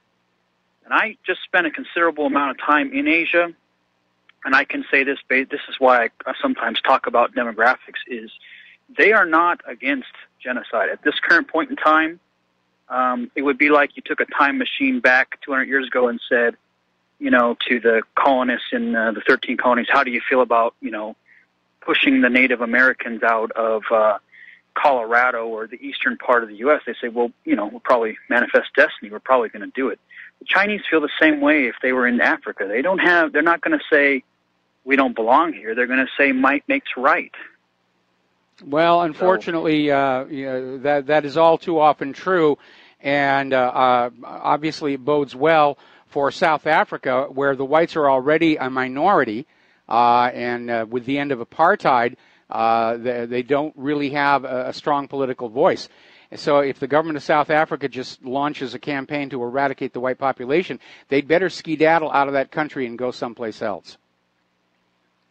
Mike, real quick, I agree with the last caller. We punish those people, the white South Africans that are they're basically Dutch and British as far as from a genetic perspective. They're excellent builders. They're very they would make ideal candidates to be if we're letting everyone in this country, we might as well let them in too. I agree with the last caller completely. Oh, no. We're not allowing white refugees into this country. Didn't you already spot that? Middle Eastern, yes. Africa, yes. White people, no. Exactly. Thanks, Mike. All right, thanks an awful lot. We're going to let you go. Okay, phone lines are open, 800-313-9443. Now then, apparently there's been another major fire in a block of flats. And apparently this is a brand new apartment block in East London in what's called Bethnal Green, which is actually an upscale neighborhood. So something has gone horribly wrong with the fire code, or at least the enforcement thereof, over in Great Britain. Because there seem to be a lot of fires going on right now. Arson to collect on insurance, we don't know, but it does seem to be a problem. Now then, apparently, according to the Wiretap Report 2016, U.S. authorities got a single warrant in 2015, and over the course of 2 months, an undisclosed government agency tapped 3 million telephones. 3 million phones of the American people on the basis of a single wiretap order. It strikes me as a little bit of overkill. It's almost like they get the warrant to make it look quasi-legal, then they just go on out and do what they were going to do anyway. Okay, over at GitHub, they had a recent goof. Carelessness has leaked 18 million user accounts. And the good news is that the user's passwords in the database were salted and hashed. However, the usual don't reuse passwords still applies. People who signed up to 8tracks via Google or Facebook are not affected. Now, story coming out of electronicintifada.net. Is Israel spying on your smartphone? Because apparently Mexican investigative journalists and human rights defenders were the targets of sophisticated attempts to spy on them by hacking their smartphones. And the system used in the attack is called Pegasus, and it's made by a secretive Israeli company called NSO Group. So the question here is, why is Israel spying on Mexican investigative journalists and human rights defenders? Is there Israeli involvement in all of this human trafficking that's going on south of our border? because I don't think they're going to do this just for the heck of it. There's a reason there. If you remember, before 9/11, the U.S. government uncovered the largest single spy ring operating in the United States, operating for Israel. And the reason they noticed it was that law enforcement officers, drug enforcement officers, their messages were being intercepted and handed to Israeli drug dealers so that they would not be there when the raids arrived. So we know that there's a link between Israeli spy and Israeli criminal activity. We'll be right back.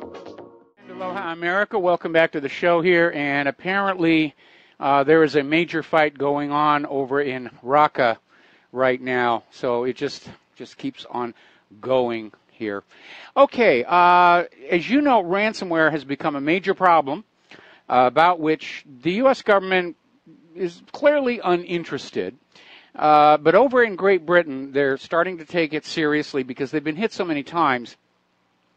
And so what they're getting ready to do, they're going to drop Windows from all of the computers in the National Health Service, and they're switching to Ubuntu Linux with extra added security that is on there, because much of the ransomware is using all this code that came out of the CIA and the NSA that use these Windows-specific exploits to hop from machine to machine across the network.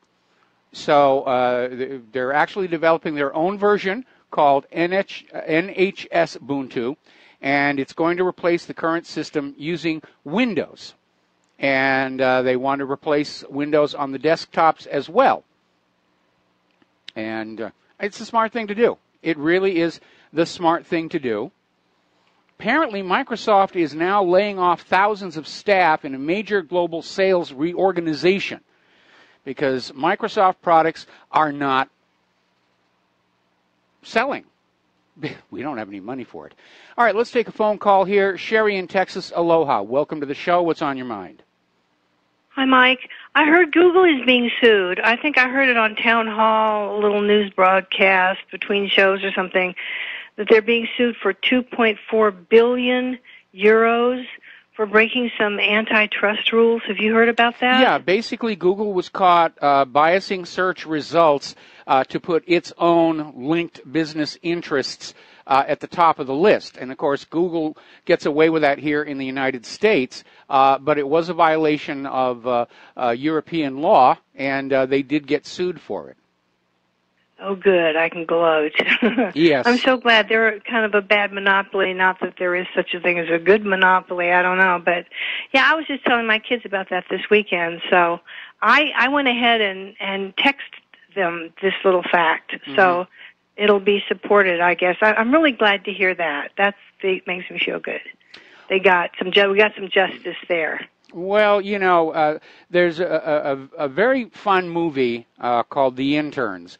And it's about these two older guys who apply to Google to become interns, and ultimately they win their jobs there. And it was clearly a PR puff piece to make Google look like the most wonderful place in the world to work. Now, of course, we understand it's a little bit different. It's a great place to work, no question. But Google is in bed with all the intelligence agencies to spy on and track the American people.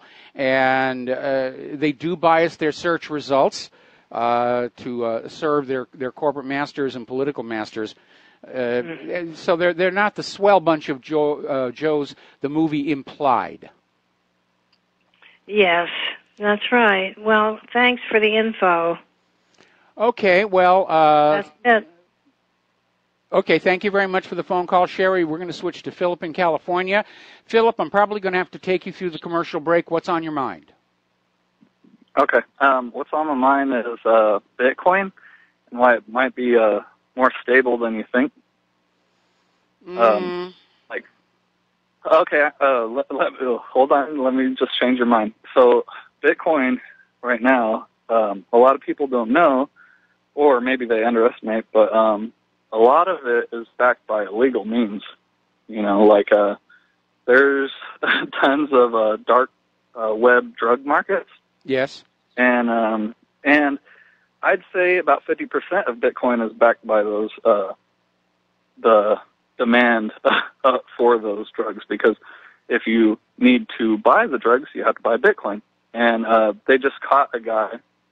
He was running Silk Road. That's what it was called. Yes. And he had I think he had millions of billions of dollars of Bitcoins in his account, and that wasn't a seller. He was just like the eBay operator of that actual All right, well, site. listen, Philip, we got to take another break for commercials. Don't hang up. I'm going to come back to you after these few words. And aloha, America. Welcome back to our show here. We're talking with Philip in California about the Bitcoin and setting aside Bitcoin's linkage to nefarious activity on the dark web. My major concern about it is that it doesn't have a commodity base, which means it is subject to manipulation and wild fluctuations in its value, which we just got done seeing over there in Japan. So my concern is that we need to get away from all virtual currencies, and that includes the U.S. Federal Reserve note, because only a tiny fraction of the money in circulation is actually in that ink and paper and coin stuff. Most of it is already virtual. It's on computers, the bank's computers, the supermarket computers. It's all just numbers going over the wire. So Bitcoin is hardly unique in saying that it's a virtual currency. It was just supposed to be decentralized. But again, I'm concerned that it can, in fact, be manipulated, that it can be driven wildly up and down. And it just feels to me like it's currently in a bubble. Sometimes I'd say our currency is in a bubble. You know how it's not based off of nothing in reality. Yeah. What I'm saying is that Bitcoin is probably, I'd say it's undervalued right now because of that demand for, that currency. I mean, the demand for drugs is huge, huge, huge. So if you can't really, I'd say the safety in our currency with drugs is really, really low. Like, they can track the money. Bitcoin is a little bit more easy to get around that. But, I was just letting you know, maybe if you didn't know about it, but there's tons of illegal stuff that supports it, and I wouldn't see it dropping too much, like maybe, down to 1,000, but that's still 1,000 Bitcoins over our dollar, So it's just interesting. So, but another thing I was going to talk about was the single payer. I like for the insurance. Yes. If you look at the country's economies that have that really good system you're talking about, like how they have single payer and it's working out really good, you need to watch their economy also, because it puts a big strain on their economy.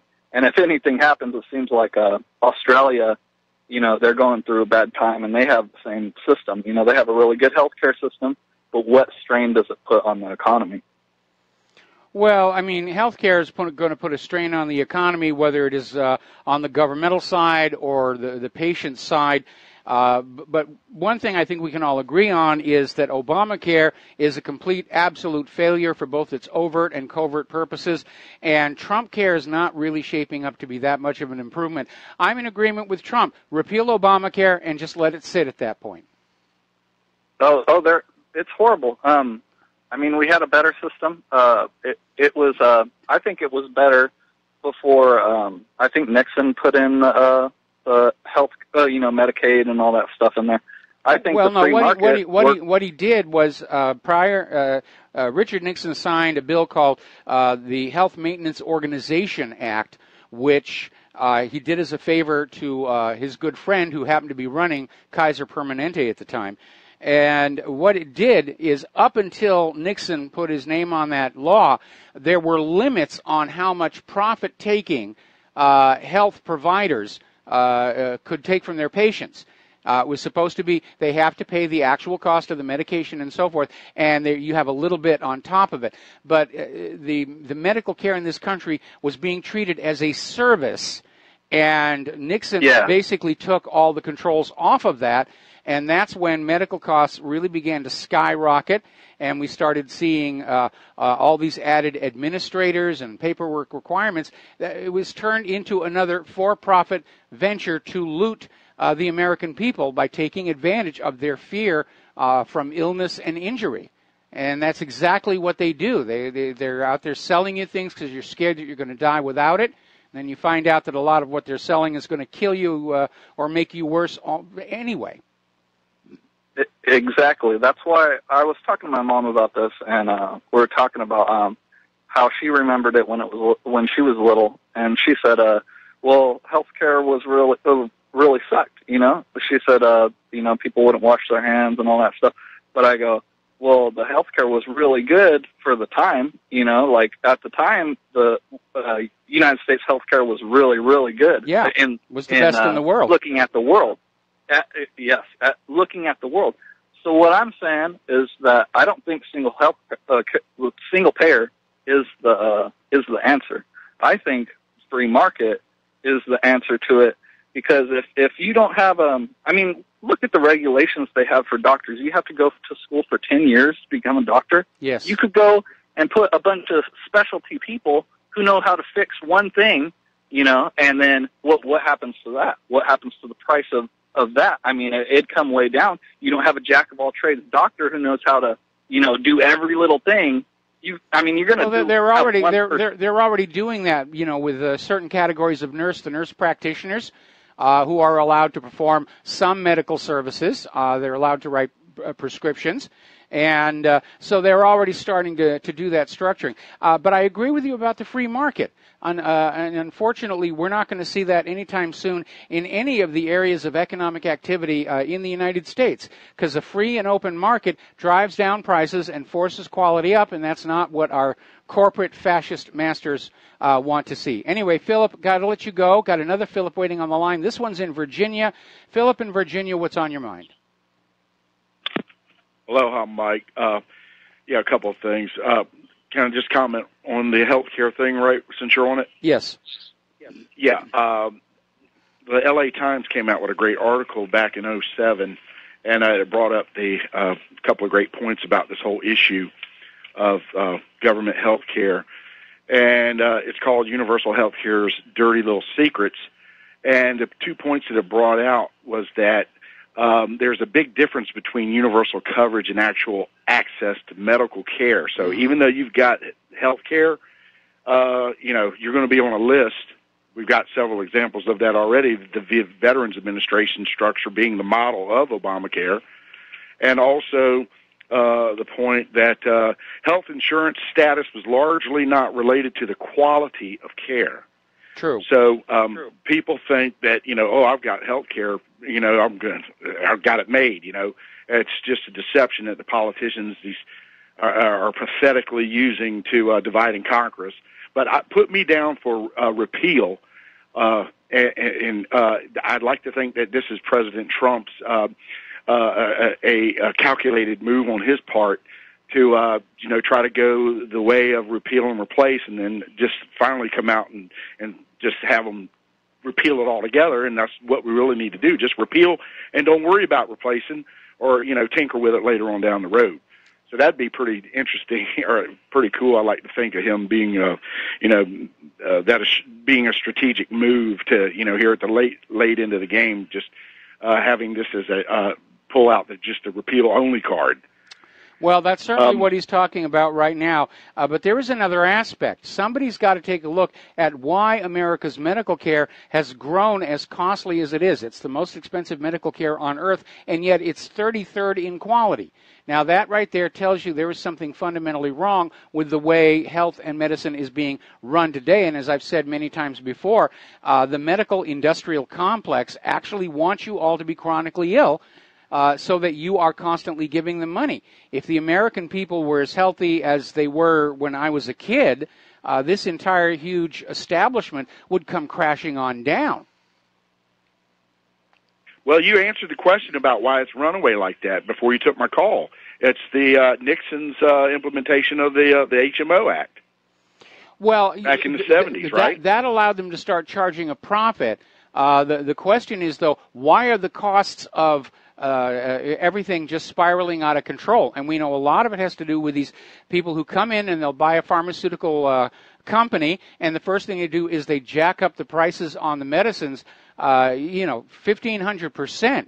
Now, there's no real business justification for that other than they're taking advantage, and gaming the system to get a huge amount of money. And as I said earlier in the show, more and more it almost feels like the reason so much of this is out of control is that Washington, D.C. and Wall Street have come to the conclusion this nation cannot be saved.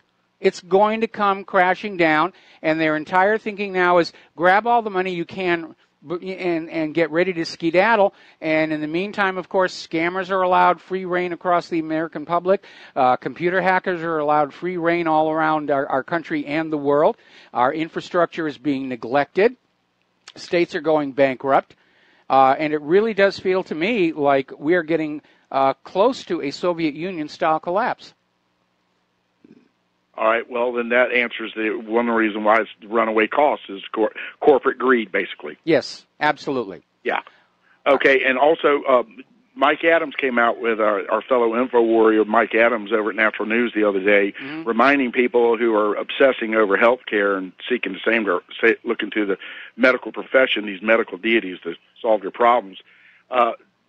Iatricide, which is death by doctor, is, / health care, is the fourth leading cause of death in this country. So, be careful what you ask for, folks, because you might get something that you wasn't bargaining for. Yeah, you are much more likely to die from a medical mistake than you are to be shot by a mass shooter or a terrorist. That's the real threat to your health and safety is the health industry itself. Yep, absolutely. I got a question. I need you to run something by me again in the first hour. You covered, somebody called in about Robert Mueller and some cronyism involved with the Clinton Foundation. Could you run that by me again? We were talking about the Clinton Foundation in the context of Hillary Clinton's involvement in the Uranium One deal. And the caller called in to complain about, Russia's not the problem. And no, we didn't say that. The issue is there are clear indications that Russian interests were donating money to the Clinton Foundation while Hillary Clinton, as Secretary of State, was helping to facilitate this huge transfer of public and private land into the leasehold of Uranium One, which includes 20% of the nation's uranium ore. So that was the big question, and I don't recall how Robert Mueller came into that discussion. Okay, all right.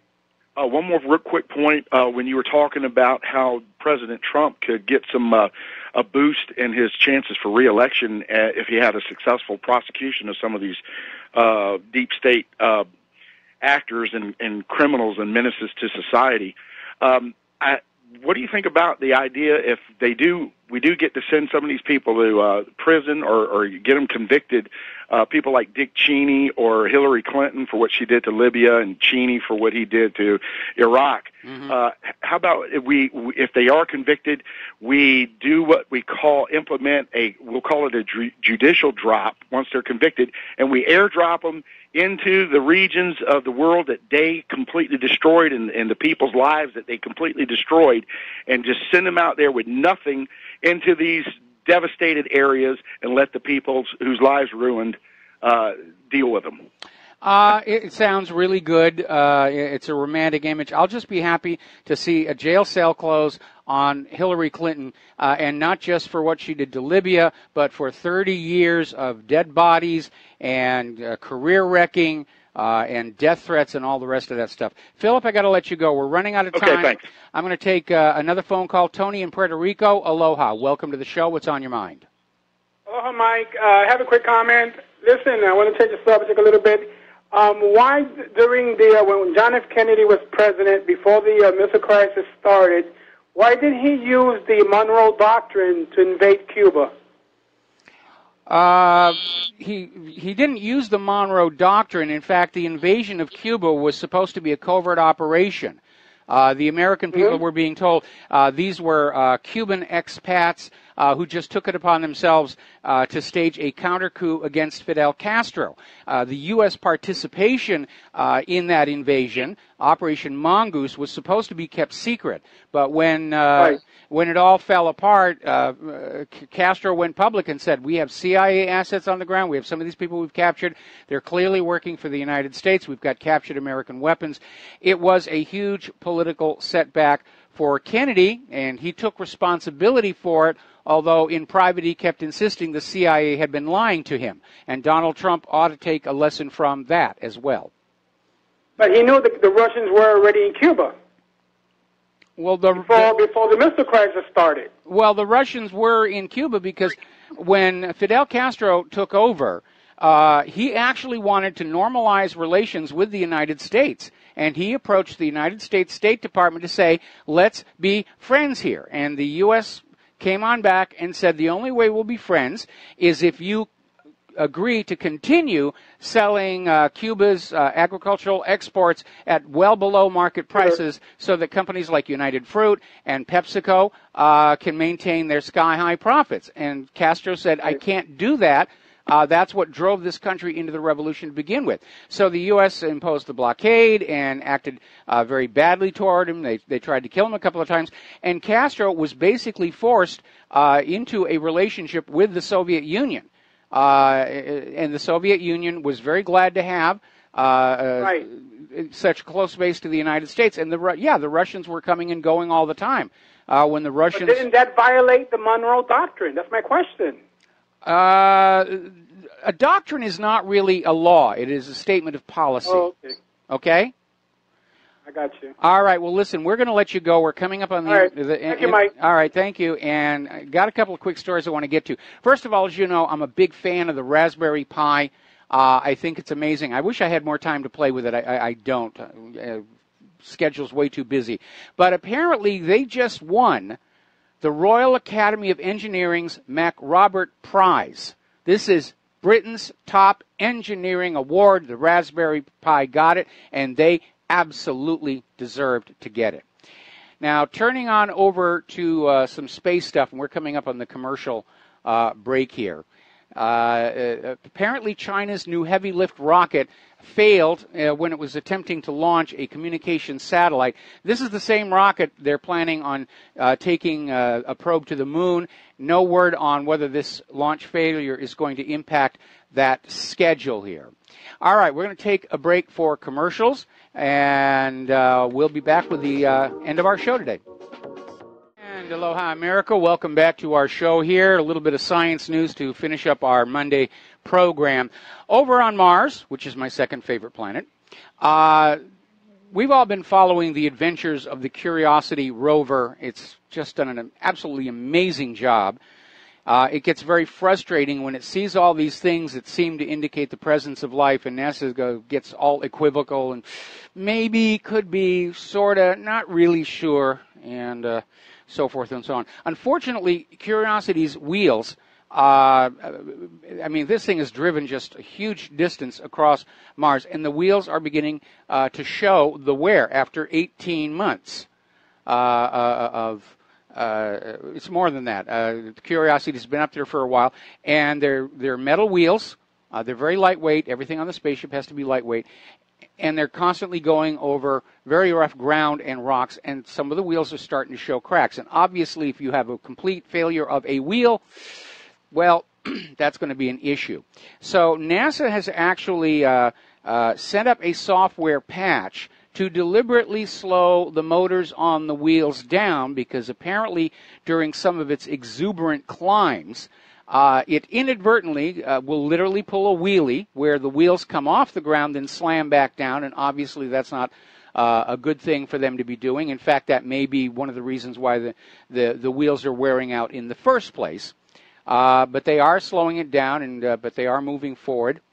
And congratulations to everybody who worked on Curiosity, from those of us who worked on Viking. Now, Friday, there was an event. It was actually caught on a telescope camera having to do with a satellite, AMC-9, built by SES. It was in geosynchronous orbit.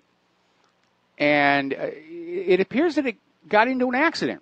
Now, normally, satellites that are placed in geosynchronous orbit, there's a great deal of separation between them because of tidal effects of the moon and the sun will make them wander a little bit. They're not really perfectly geostationary, and you still have to track them as they sort of wander around the sky. So there's a lot of separation. In the video, which is posted on the front of whatreallyhappened.com, it's tracking the AMC-9 satellite, and all of a sudden you see these four objects come in from lower left, and they travel by the satellite, and one of them appears to actually impact the AMC-9.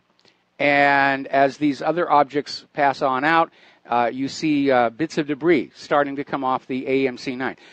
Not too surprisingly, all the UFO flying saucer nuts are out there saying, the aliens are attacking our satellites. Really? Why would they bother? But given the positioning and the travel of these four objects, my read is it's probably debris ejected from a comet. Because space really isn't all that empty, and in addition to the natural debris that's out there, we do have this huge space junk problem, which just became worse. And at some point, somebody's going to have to do something about that. There's the music. Time for me to get on out of here. I got to call Jim Goddard up there in Vancouver and do his show. We'll be back here tomorrow, Independence Day, on Republic Broadcasting. Stay tuned for John Stadmiller. We'll be back tomorrow. Aloha, America.